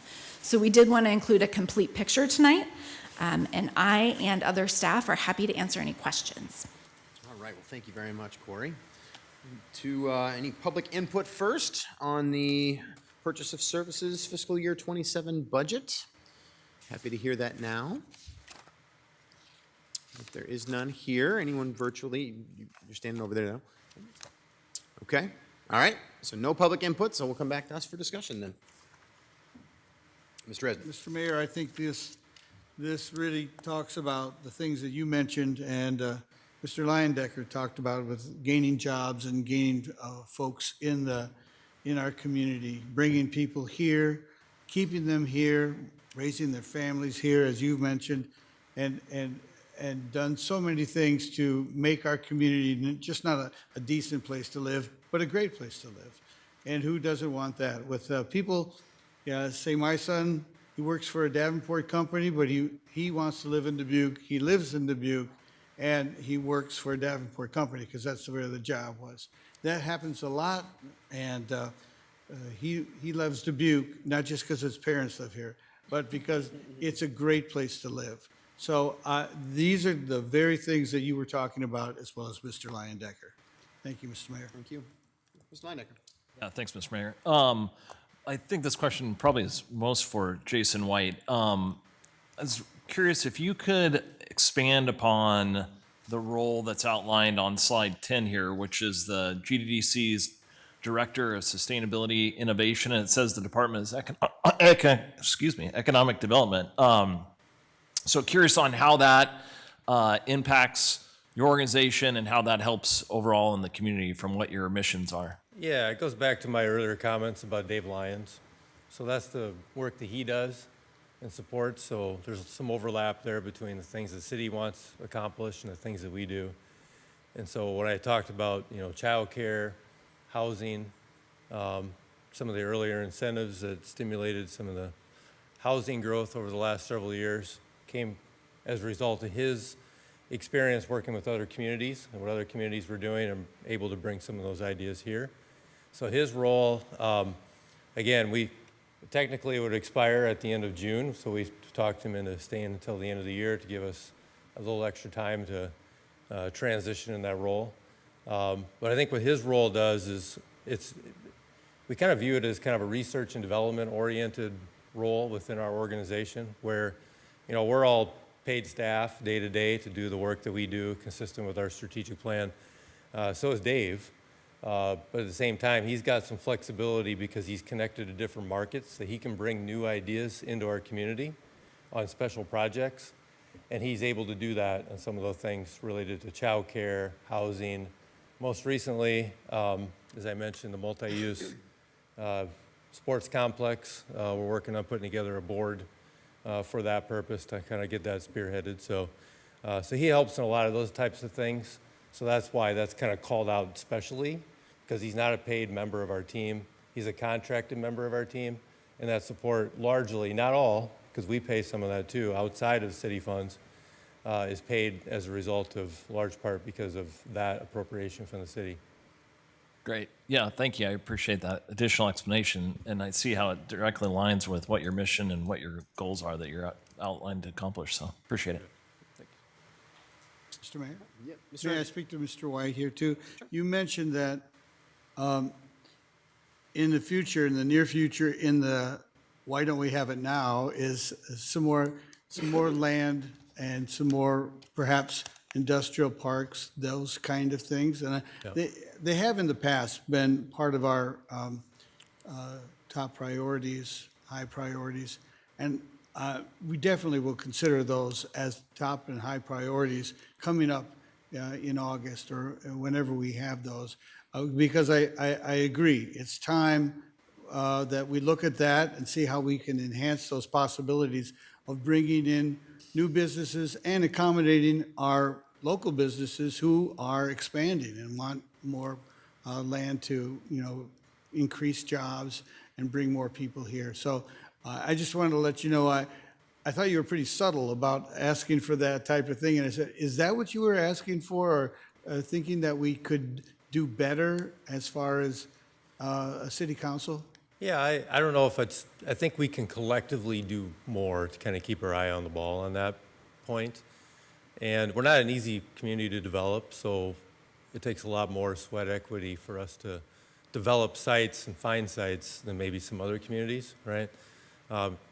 There's a reason why Dyersville's Industrial Park, for example, is taking off so much into Delaware County, because they have flat land and they're easier to develop. Their topography lends itself to that.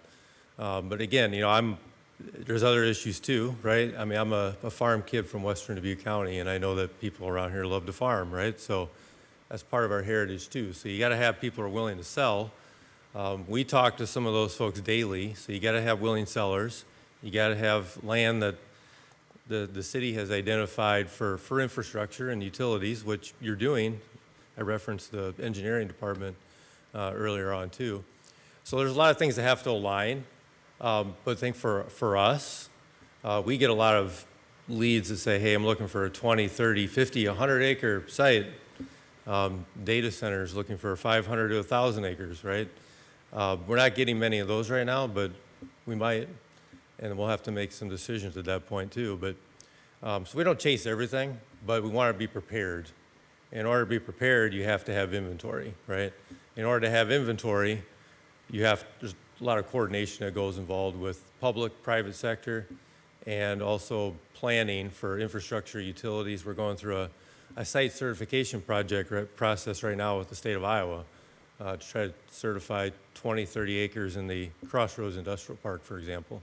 So that when somebody does show up, we can say, hey, we got a binder of information for you that says we have either everything ready or how we can make it ready. Great, thank you. And I know Mr. Van Milligan and past councils have also been very supportive of this, of being ready to do business and have sites ready. So hopefully we can look at that in the next year as well. Thank you. Thank you, Mr. Mayor. Mm-hmm. Other discussion here on, thank you, Jason. I'm going to back up. Discussion on the purchase of services budget. Okay. All right. Well, these two kind of bled together, these discussions here, but thank you very much, Corey, for that. All right. Well, with nothing else to say here, that would take us to our last budget hearing of the evening, which is the transportation services budget. So we will welcome that team up. And then after that, of course, we will discuss our one action item for every one of these nights, which is just talking about anything that we've held for separate discussion.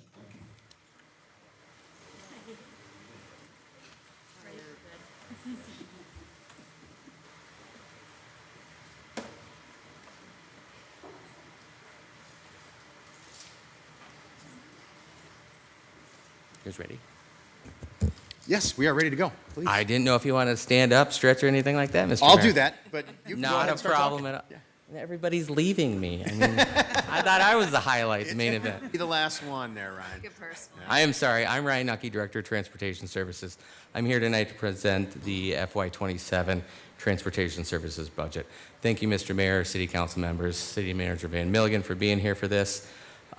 Transportation Services is built on the Transit Division, which would be the Jewel buses for the city buses, along with the Parking Division that runs the ramps and lots and meters throughout the city. Our mission statement for both departments is very clear: provide transit and parking services in the city of Dubuque for citizens and visitors, connecting people to employment, services, schools, and recreation that are safe. And I'm going to stress safety a lot tonight. Accessible, convenient, consistent, and professional.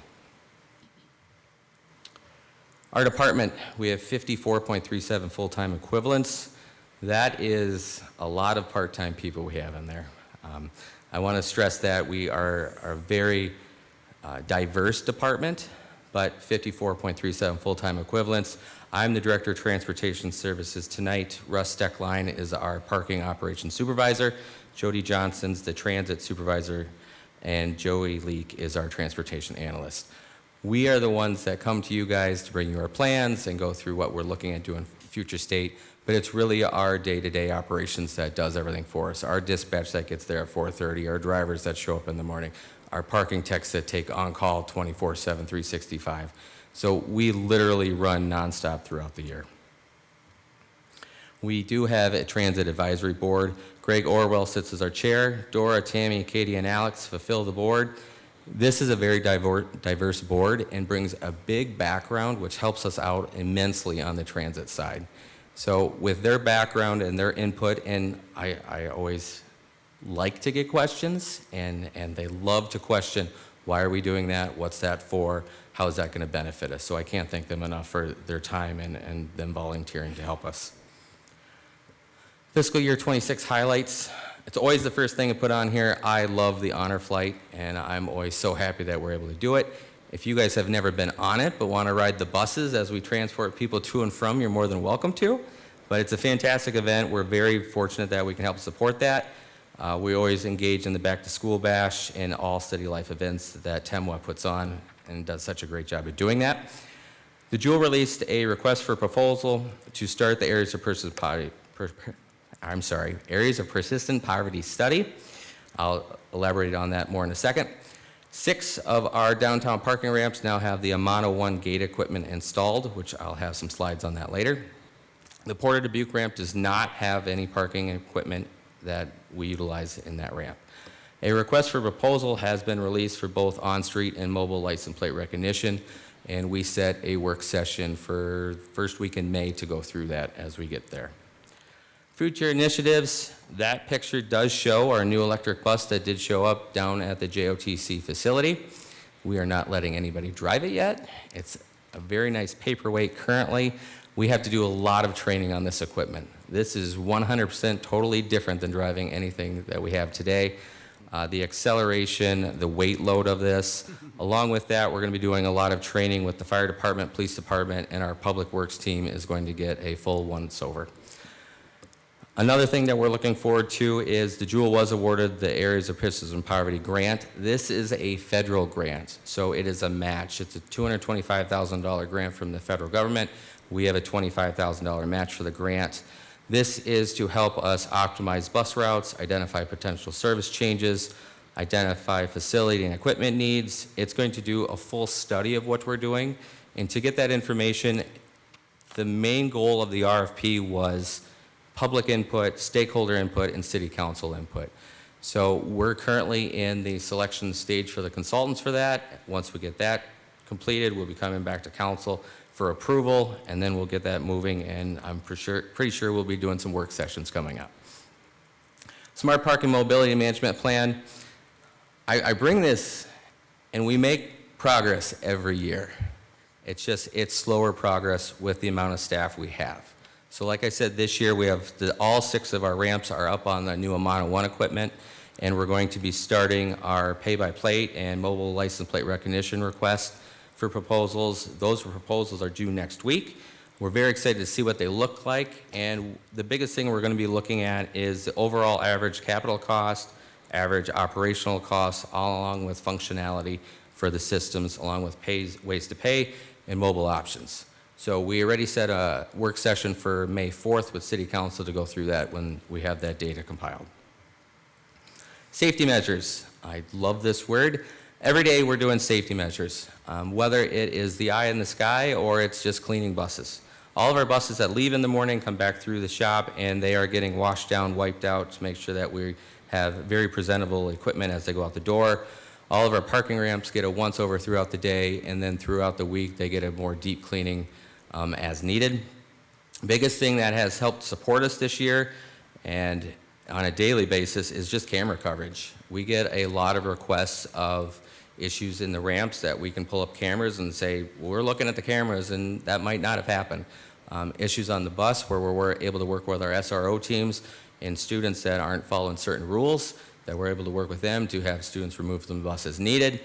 The camera coverage in our ramps and our buses is a massive time saver for us, along with a big help just proving what actually happened in that situation. And then along with that, we do a lot of yearly employee training. Kelly Larson's team does a very good job with that. As far as FY27 request for property tax support, the Jewel Transit is requesting $36.12. When we look at the parking division does not receive general fund tax support, but does receive greater downtown TIF funds to support debt reduction. Now I have this broken up into our transit team and our parking team, and I would love to start with our transit operations. Transit operations is the Jewel Transit Division, manages fixed route and paratransit services, as well as maintenance and planning for transit vehicles, bus stops, and other capital infrastructure. We have our 3 transfer locations that we currently utilize, 15 bus shelters, over 280 bus stops, 13 light-duty buses, and 17 heavy-duty buses. We get a lot of requests throughout the year for bus stops, which is fantastic. We will take a look at our current routes, see if we can implement it in the route. The biggest thing we also have to watch out for is safety, because our buses create big blind spots. And if it's creating a blind spot and it's not safe, we're not able to put it there. And vice versa. If it's on a corner and we don't feel it'd be safe for us to be pulling off or people getting off, we will have to decline or look at a different location that we can utilize that.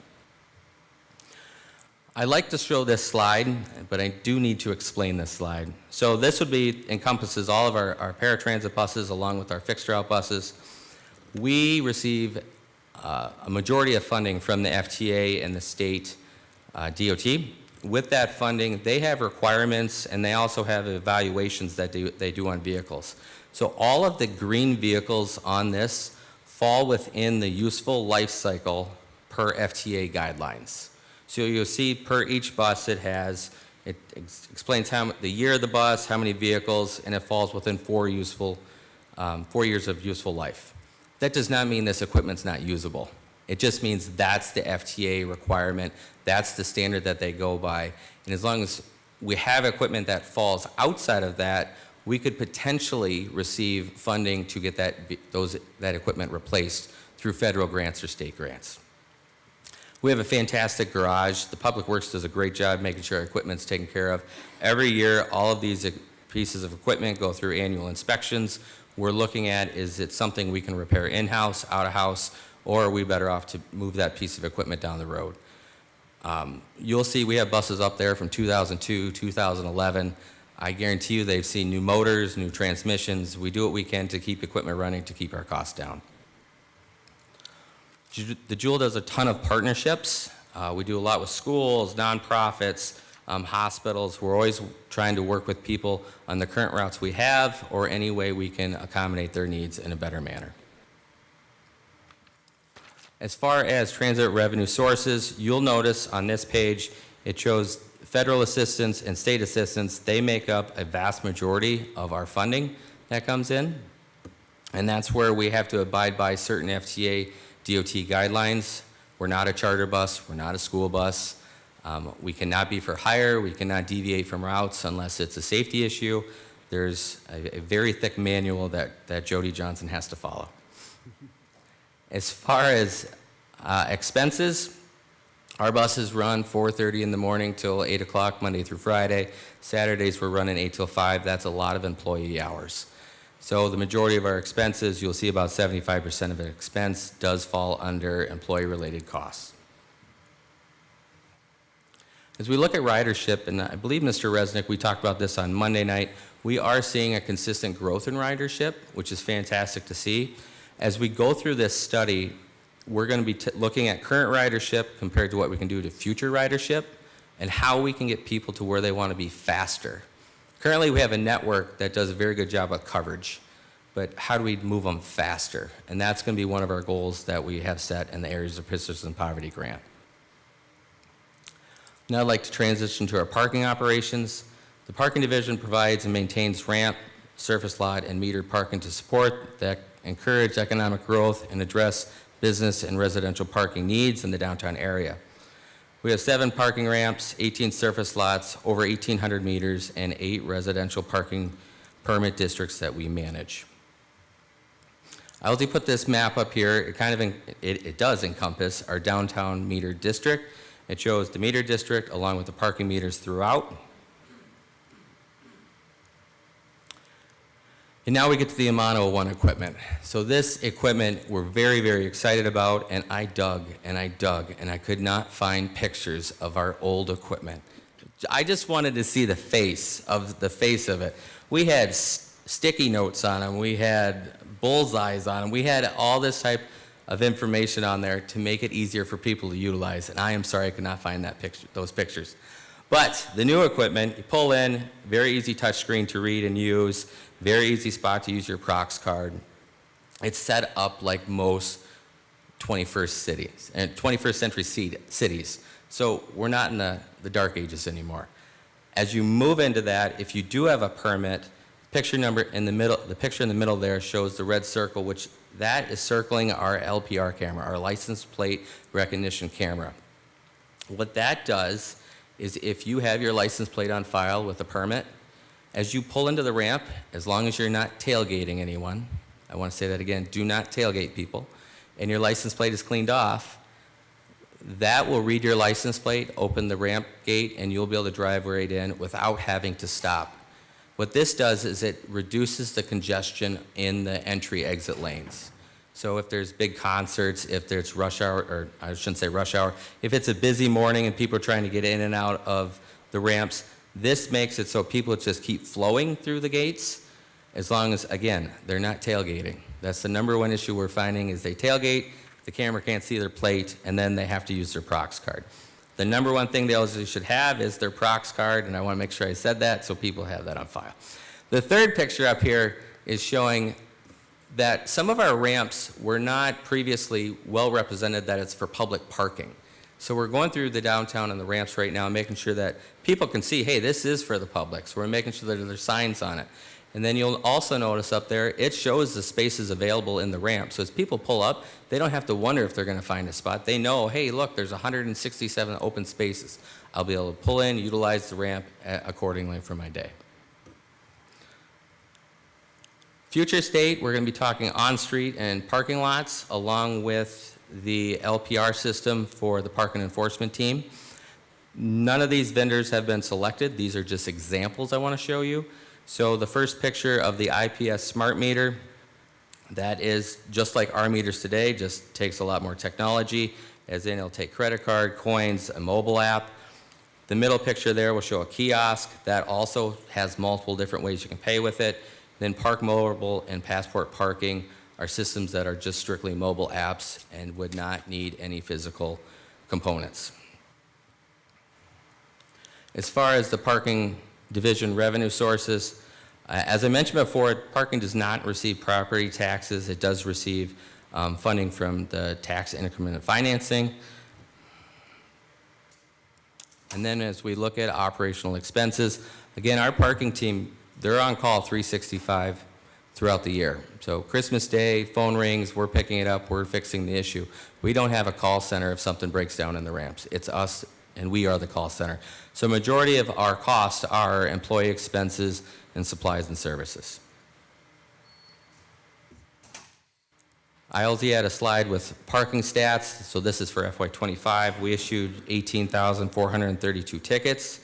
The city of Dubuque does have courtesy tickets. These are actually the positive phone calls we get. I got a ticket on my car. It says it's a 0 value.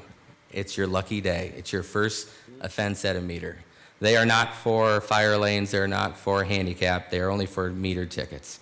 But they are positive phone calls we get. If people feel that they did receive a ticket and it's not a valid ticket, they can go through the adjudication process through the city website. They can appeal the ticket, and we'll go through the process to see if there was a glitch in the data system or if something happened that we did make a mistake. We are only human, and we'll make sure that appeal is approved. Improvement packages. Last year I said I'd bring this back. We are requesting a part-time bus attendant position for the Jewel buses. This position would be an afternoon system for 4 hours an afternoon. It's a part-time job. And it would be because we're seeing an increase of students on the bus that we want a consistent face on the bus in the afternoon to help manage the students that are riding the bus, to keep it manageable for the driver, to keep the buses safe. Our driver's job is to manage the large vehicles that they drive in a safe manner. And this position, with it being a consistent face, would help out with students in the afternoons. We don't have any issues in the morning. Our mornings, the students get on, they're pretty groggy, we'll call it, slower. But if you need a little bit of energy in the afternoon, you hop on the green route as we go pick up Prescott kids, and you'll get that extra energy. The second request I am asking for is our Central and 5th Street ramp. I'm asking to increase the monthly permit rate from $57 to $70 per month for both of those ramps. And per the city agreement, the city may start charging for monthly parking and proposes a $50 permit rate for the Port of Dubuque parking lot. I put a slide together in here to show that the raise-in rates for the 5th Street and the Central Avenue ramp, they would level off with the other ramps we currently have, except for the Five Flags ramp, which I'm requesting that stays at $38. And then as far as surface parking lots, I put some examples in here. The Port of Dubuque lot would fall right in the middle of the other lots shown. I do want to note that this charge and change would not happen until January of 2027. That way businesses, residential areas could put that into their yearly budgets for next year. As we look at capital improvements, like I mentioned before, every year we go through our buses and we're looking at what do we need to transition out of our fleet. And at the current time, we really don't need to transition anything out of our fleet, but we received a FTA grant for 2 more electric buses or hybrid buses. And that's grants for $2,767,000. The federal funding is $2,359,000. The city match for this is $408,660. The FY2027 capital improvement projects for the parking division, we're requesting $57,500 for parking lot maintenance. Port of Dubuque, we're looking at $89,000. Smart parking system, we're asking for no funding this year until we get the on-street and the mobile enforcement put together. And then next year, or potentially the following year, we'll be coming back looking for funding for wayfinding, as in new signage, so people can navigate downtown better. I do want to discuss the last one I have on here. Last is the best. Parking ramp major maintenance. So I have this put on here from FY25 through FY31. So you'll notice in the FY27 cost, we're requesting $1.9 million for next year. But for the total project cost, it's almost $16 million built in there. And Jill Connors did a very good job earlier explaining that there's funding that's been approved that's just not utilized yet. So in FY25, City Council approved the repairs for Iowa Street ramp. And if you've gone past Iowa Street ramp, that's being repaired right now. But by the time we get the funding for it and we get the construction documents put together and send it out for bid, which that went out for bid twice to make sure that it fell within funding, it takes a little bit of time. And same thing with FY26. We were approved for $2.8 million. We're currently working on an RFP document right now. We don't like to pour concrete in the middle of the winter, so it does take a while for these funds to be used up. They are allocated to certain events and that we know what we're going to spend them on, but it does sit there for a little while just to get the paper processed to get to a start date.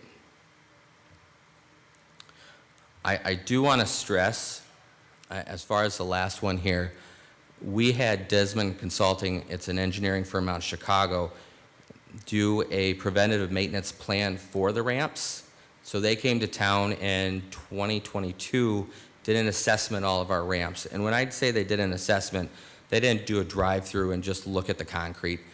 They literally went through the elevator shafts, they went through the heating systems, all the water systems, and they have it's really based on the front 5 years, then a 10-year, then a 15-year plan built out on what we need to be looking at maintaining. The biggest thing in there is the tighter and the more we keep up with their plan, the less the wear and tear is on the ramp, as in waterproofing the rooftops, repairing the elevators as needed, or replacing.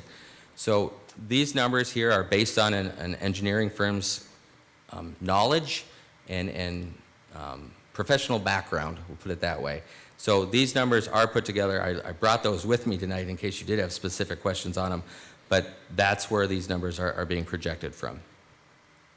Performance measures, we're always looking at how close are we to how close are people to bus stops, how close are we to schools. Annual ridership is always a big thing we're looking at. Along with that, this will all be reviewed as we move into the areas of persistence and poverty study. And then, as I had the slide earlier that showed a lot of the organizations we work with, we also like to track, what are organizations, buying for bus passes and monthly passes and single rides. And nonprofits can work with the Jewel on a discount that we do give them.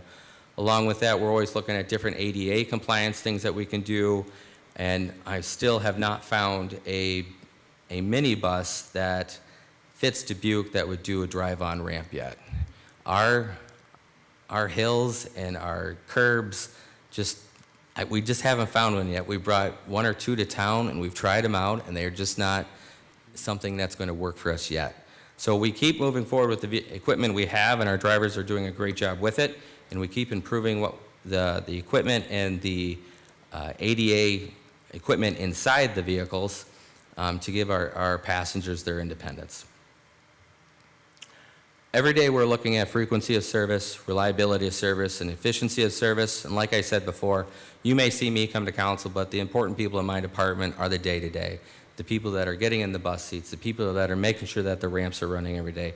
Our dispatch team that takes hundreds of phone calls a day just to keep everybody moving throughout the city.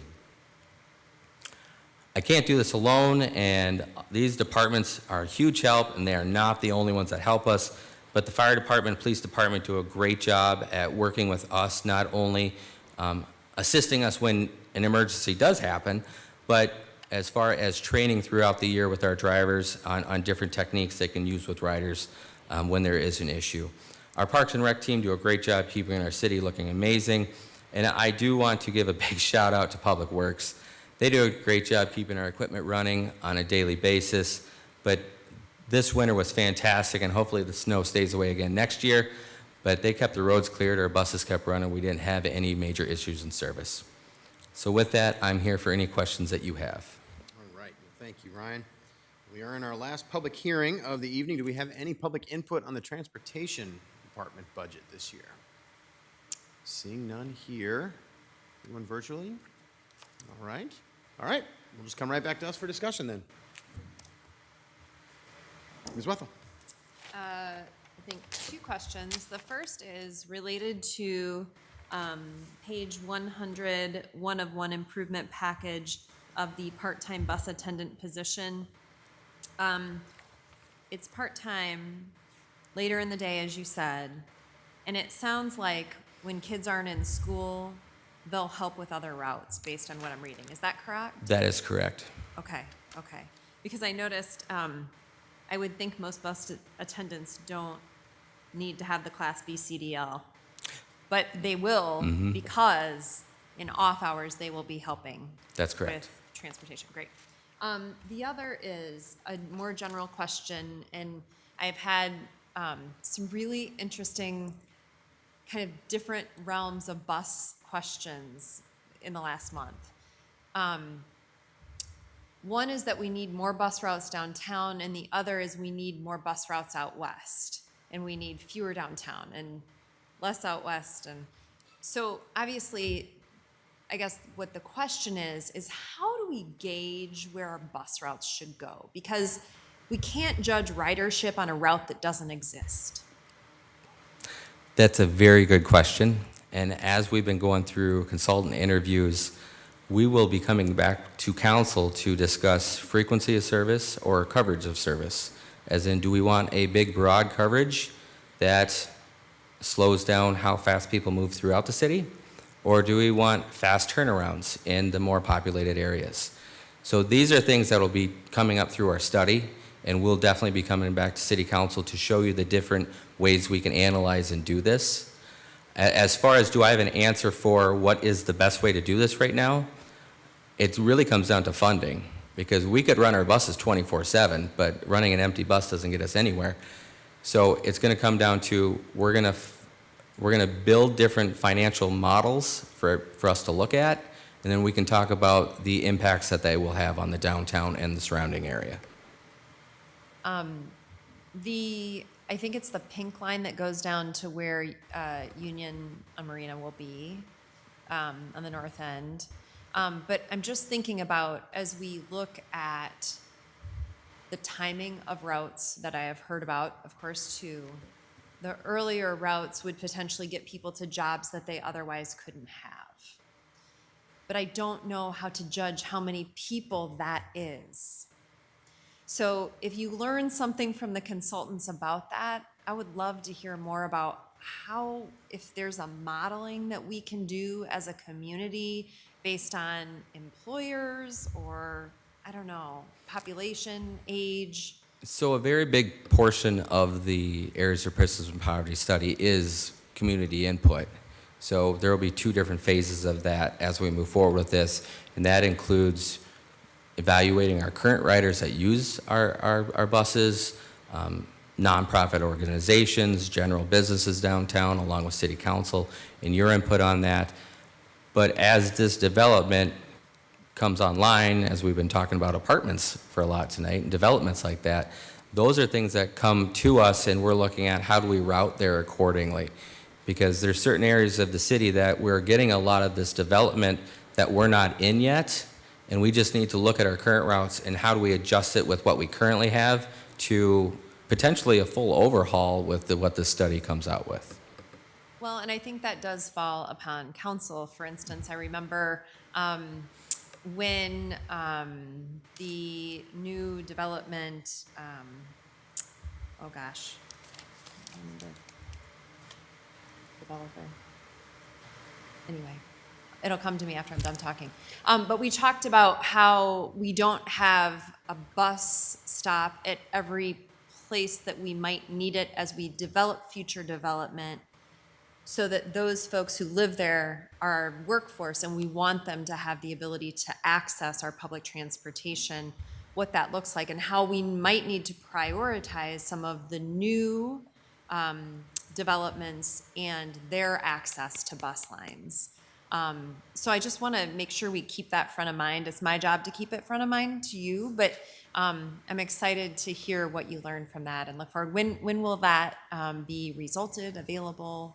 The overall plan should be completed within a year. So that's our overall goal, is we'll have a consultant on board, we'll have a study done, and then from there, we'll do small implementations as possible. And then if it's a big financial impact, we'll definitely be sitting in front of city council again. You guys will be with us along the entire way, because it does come down to city council and how you want me to manage this, the service that we do. But I do want to remark on that. You said future develop. We have the medical school coming downtown. We have the apartments at the north end that we're going to be looking at. Jody Johnson and I have already been discussing how are we going to manage that. Russ Deckline in the parking world and I are saying, if they're going to bring X amount of cars downtown, what ramp are they going to go on, and how are we going to utilize that to make sure they can get in and out? So these are all discussions we're having, and as we move forward, City Council will be engaged in all of it. Thank you. Ms. Rousseau? Thank you. I was noticing on page 101, you were talking about how the fuel island has helped with some costs and convenience from last year. But it caught my attention because it said diesel decreased. And with the recent wild changes in gas prices, I'm just wondering how you go about planning for such wide fluctuations in gas prices for the future. So we are very excited the fuel island's back online, and our Public Works Department does receive a decrease in cost across the board. When we go to project the numbers back in October, we do use an annual mileage and we estimate an annual average fuel. And we do that through working with the Public Works on what they believe the fuel costs will be. Yes, diesel is very expensive right now for what it was. But will it sustain all of 2027? I can't answer that question. But we're hoping we're able to manage that and it does come back to a reasonable price again. Me too. Thank you. Mr. Leindecker. Yeah, thanks, Mr. Mayor. Question on bus ridership, and I get questions from residents on, you know, how they don't see a lot of people riding buses at various times of the day. And how do we measure ridership? And then how do we track to our goals of what ridership is? Or do we have necessarily, is there ridership goals? So every year we have projections we want to hit. So we have an annual projection on the KPI sheet that we're trying to strive towards. And to do that, we work with different organizations on how we can support them and what we do. One of the biggest organizations we work with is the school district on if they have closures and how we can assist with closures. But through the grant we're going to be studying, it's going to look at all of our routes. And all of our routes, we do keep tabs on how many people utilize that service. So on a given day, we'll say the blue route has 25 people today and 75 people tomorrow. So we can see those numbers on a daily basis. And as we go through the study, we're going to model that ridership on those routes and where we pick them up and potentially drop them off at to build the new study and analysis showing you, do you want frequency or do you want overall coverage? So as far as do we have goals, yes, we have goals we try to hit every year. At the current time, you'll notice a lot of our buses early in the morning, I'm going to say between 6:30 and 8 a.m., are pretty full. I mean, there's standing room only on certain buses. And then we do have a lag throughout the day. And when we put the RFP out, we did want to look at, do we need fixed route buses on everything? Because fixed route buses are expensive to run compared to paratransit buses. It's a different cost in fuel, a different cost in overall equipment, and yearly maintenance. So do we have the right setup? Right now, we have 13 minibuses, 17 heavy duty. Do we need to be a 50-50 split, or should it be flipped the other way and we should be a 13 heavy duty for the routes that need that extra help? So it's a very good question, and that will be reviewed over the next year. Okay, And thank you. excuse me, I would add on page 112 at the bottom of the page, where he talks about his performance measures. For FY 2024, our actual number was 385,464. For FY 2025, our actual number was 393,349, so about 10,000 more than the previous year. We're projecting for the current year that will hit about 403,000, which would be about 20,000 above the previous year. So those are our targets now, and we appear to be increasing every year. Okay, thank you.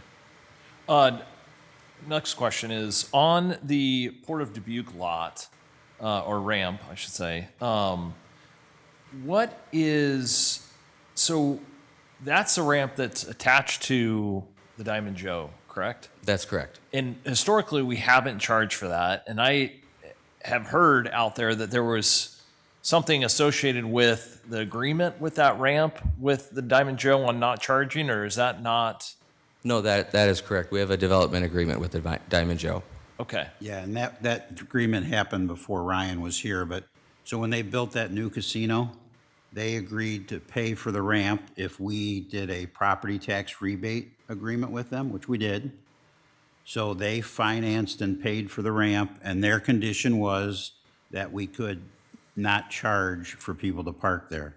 Now, anybody can park there, doesn't have to be Diamond Joe customers, but we can't charge. They also pay for all maintenance.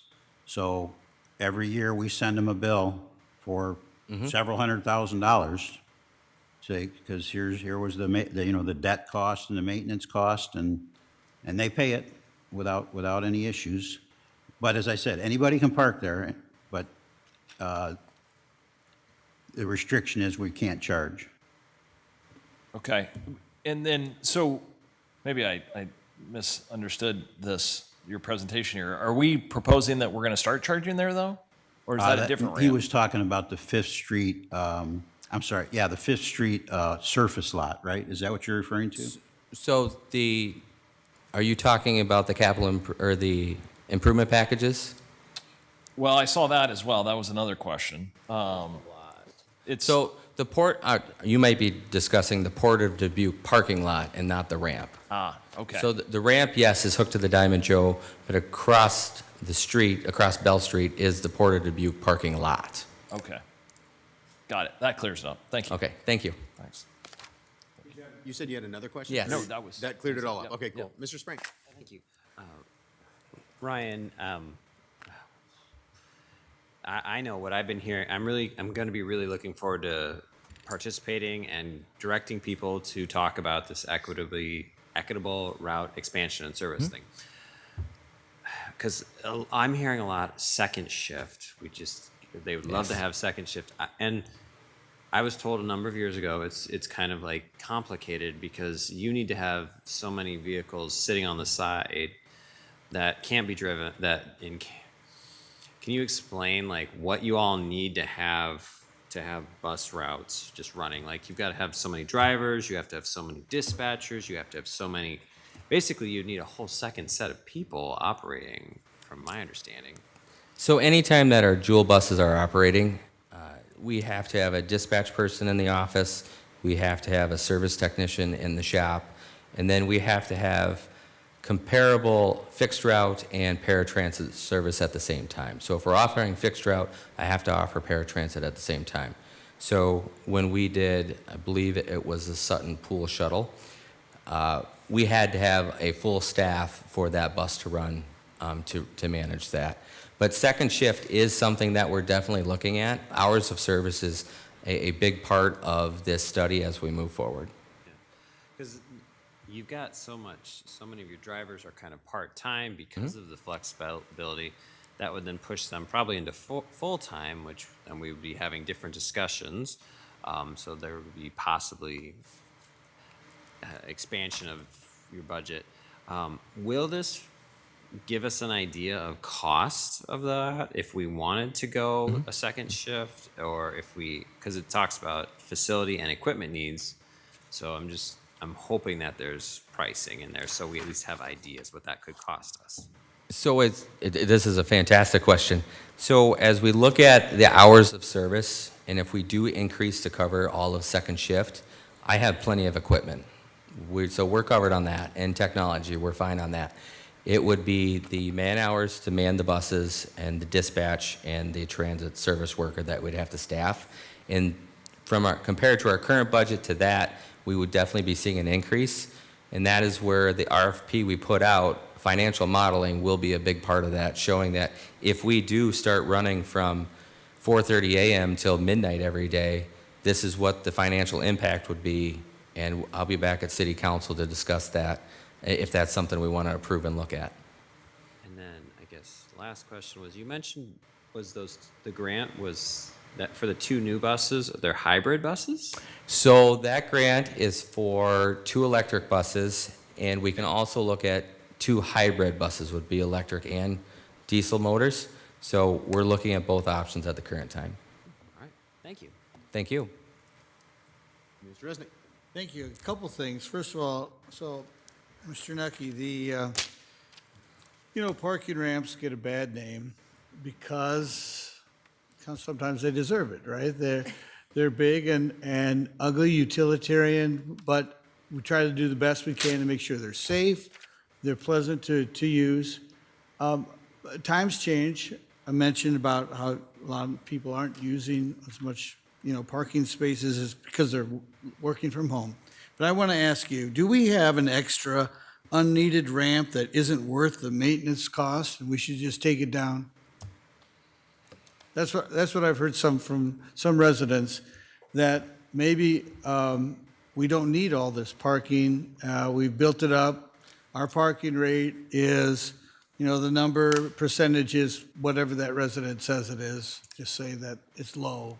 And they said that we could do better than having a parking building there. Now, my opinion is there's only one thing worse than too much parking, and that's not enough parking, right? So we do have to be careful. But just, if you wouldn't mind, with all the data that you've collected, how are we doing with the parking ramps as far as needed or unneeded? I don't believe at the current time we should be taking any parking ramps down. With the future development coming downtown, I'm actually looking at the ramps, making sure I'll have enough space in certain areas. So the current time, parking ramps, I would be letting alone. We have looked at some parking lots to The 5th and Main lot is going away, so we have to displace those vehicles into ramps to accommodate that. And then we have the medical school coming downtown. We have a museum coming downtown. So at the current time, our ramps are starting to fill back up, especially with the changes in the downtown. With the amount of equipment, we're able to see the different levels of our ramps. Our intermodal ramp, we had 2 or 3 times during,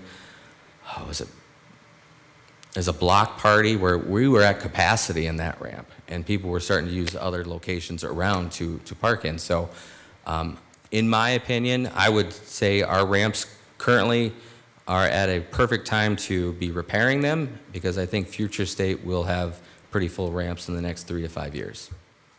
All right, thank you. And then I would love to hear from Mr. Arwala, please. He is the director of Do Ride, and I see that there's a $30,000 amount of money, and I don't know how you could possibly do all of what you do for $30,000, so you're going to have to convince me that that's the right number. I love your motto, getting seniors where they want to go, and your ridership is over 10,000 now. If you wouldn't mind talking about Do Ride and about whether or not you need more volunteers to drive others, and how that program works. Is the program like 8 years old, or is it more than that now? No, it's since 2008 now. So that's more than 8 years? Yeah. Yeah, So okay. 17? Time flies. You were close, though. Well, thank you. Thanks Yeah, for the if you invitation wouldn't to mind come. talking about Do Ride a bit, please. Yeah, Greg Orwell, I'm Executive Director of Do Ride. Been doing that since 2012. And just to touch first on the funding, the $30,000, since the first day we proposed this, or the founder proposed it, City Council the first year underwrote the entire cost of getting it started for the first year, which is incredibly visionary.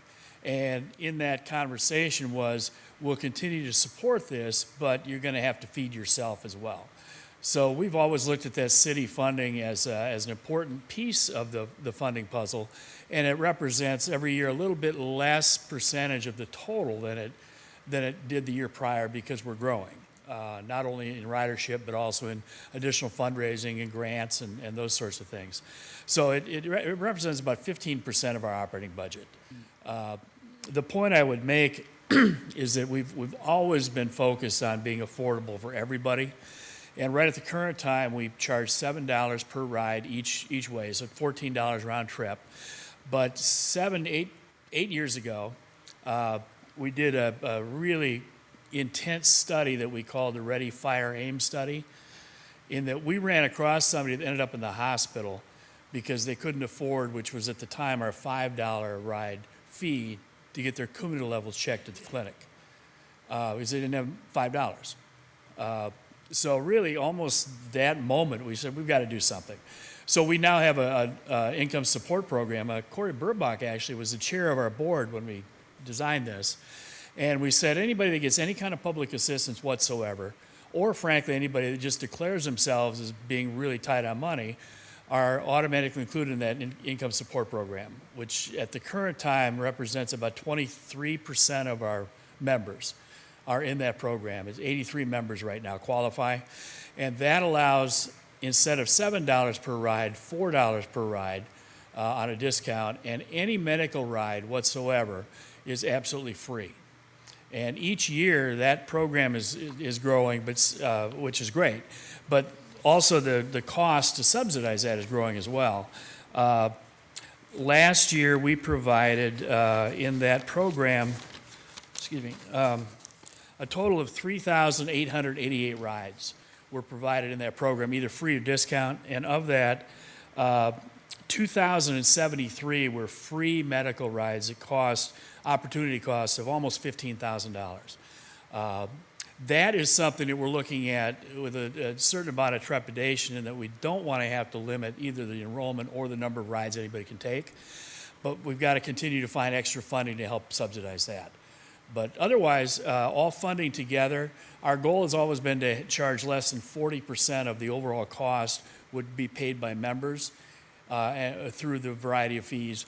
We're actually at 23%, which is the smallest percentage of the whole that we've ever asked the riders to pay. The last point, we always need one more volunteer. But at the same time, every day, we always find that one more volunteer we need. Since we started, we have provided 159,000 rides, and we have told people, I'm sorry, we don't have a driver for you, exactly never. And that's something we're really committed to. And if I remember from past, your volunteers are entitled to be reimbursed, and how many people actually ask for that reimbursement payment for their volunteer, for their gas and oil, not just their time? None. None. Yeah. So dedicated volunteers. Yeah, absolutely. And Yeah. so we're always looking for dedicated volunteers. But it's a fantastic program. Thank you for doing so much and looking out for our residents. I'd love to hear, those changes you made for folks and really listening to them and really helping out when it's very important. So thank you for that. Well, thank you. Thanks for the continued support. Thank you, Mr. Appreciate Mayor. it. And Frank, you are all qualified to be volunteers. Thank you for that reminder, Greg. I'm going to assume you have a reliable vehicle, a license, and insurance on your vehicle. That's all it takes. And a desire to help, which obviously you're here after 10 o'clock, so it's not for the money. Thank you for what you folks do, too. What a tremendous dedication it takes to serve like you do. So thank you. That's kind of you, Greg. Thanks for saying that. Mr. Spring. I got one more question for Ryan about the new license plate reader system, because I have driven by some of the ramps and I see the sign that says, you've got so many available spaces. So are you going to be, when that's all done, maybe in like a year, giving us a presentation as to be like, this is what we've come up with the data so far? Because I think it'd be really interesting to find out, like, which ramps are getting used and not getting used. Yes, I will be. I'll be coming to City Council. I'm hoping every 6 months to do a presentation of where parking is at and the occupancy levels in the ramps. That will help with Mr. Resnick's, do we have too many ramps? And going through this study, we'll be able to show us that these are the ramps that are full, this is the time of day that they're full, and this is how we can utilize them the best way. So yes, I'll be coming to council coming up now that we have reliable data and real-time data. Wonderful. Thank you. Thank you. All right. Any others? Mr. Yeah. That's fine. Sorry, going back That's to okay. the Port of Dubuque ramp. So maintenance, we mentioned maintenance was covered by the Diamond Joe, but in the budget here on page 26, it shows that there's major maintenance for the ramp. Mm-hmm. Is that? That's just the funding that we received from the Diamond Joe, and then that's just approval for me to reinvest that back into the ramp as needed. I see. Okay. Thank you. Thank you. Okay. I need clarification, and it's probably because it's late. But the study we keep talking about, what study is this again? The one that we're doing right now? Is this the mobility and management study? Is the same thing we've been doing for a while? So we have two studies going on right Okay. now. We have the Smart Park and Mobility Management Plan, Yep. which deals with the parking ramps on street and the lots. Yep. And then we have the new FTA grant for the Jewel, which is the Area of Persistent Poverty grant. And is it that one then that we're going to use to be able to describe what Ms. Wethel was asking about with the routes and what would be Yes. most efficient? Yes. Okay. All right. I've been unclear on that, and I'm glad I'm clear now. So thank you very much. It is interesting when you go to these National League of Cities conferences and stuff like that. Everybody's talking about like micro transit is kind of the term that everybody uses. So it's this idea of really kind of what Do Ride does, but the city's doing that in a large way. And so it's the stuff that you said. How do you get people there faster, more on demand kind of thing? So. And the easiest way to say it would be like an Uber or Lyft sort of, model run by cities essentially, but with probably larger vehicles, I'm guessing, in most places, like the smaller buses that we have. Yes. Yeah. So our paratransit service right now is literally an on-demand service. Mm-hmm. People call, set up appointments, we pick them up at their door threshold, we take them to the next destination threshold, and that's where they get dropped off. Yeah. So as far as the on-demand service, we currently do that today in our minibus world, where people can apply to get on it, and if you're over 65, you're able to ride it, or if you have a disability that qualifies you. Yeah. So what's the timeline on this, the study that we're doing? We're hoping to have a consultant on board over the next month and a half, and then the study should take about a year. So I'm hoping by June of next year, we'll be coming back to council with a final plan for it. But as we start this study, we'll be coming to council saying, this is what we do today, this is the different analytical models that we can build, and we're going to be looking for council to say, okay, we want to look at coverage or frequency, or, oh my gosh, the financial cost is going to be too much, we need to hone it down a little bit. Yeah, okay, great. That answers most of my questions there. So yeah, it'll be really interesting to find out what we find out on that. I'm really excited about this one because if we could change things to make it really, fit right for us in Dubuque and fit right for your department, that'd be great. Okay, well, I think that's everything that I have here. I'm not hearing anything to be held back from this particular discussion. Okay. Ryan, thank you very much. Thanks to the rest of the team, too, for sticking it out with us tonight. We appreciate that and appreciate the work that you do all year long. Thank you very much for what you guys do. Thank you. All right, so we are at the standing action item that we have, which is just budget items identified for separate discussion. I'm keeping track of them on my phone. So I've got projection calculations was the question that's still kind of out there, and we're gathering some information. I know the city manager's starting to send us some emails, talks a little bit about some of these things. But then we also have the reserves policy for fiscal year 27 amount, so that's still in there. Is there any discussion we would like to have about either of those right now, or are we good waiting until we go through a few more budget hearings? I think we're good waiting. Okay. All right. Well, with that then, there would be no further business on this agenda, so we will be back here on Monday for our next budget hearings. Have a good weekend, everybody.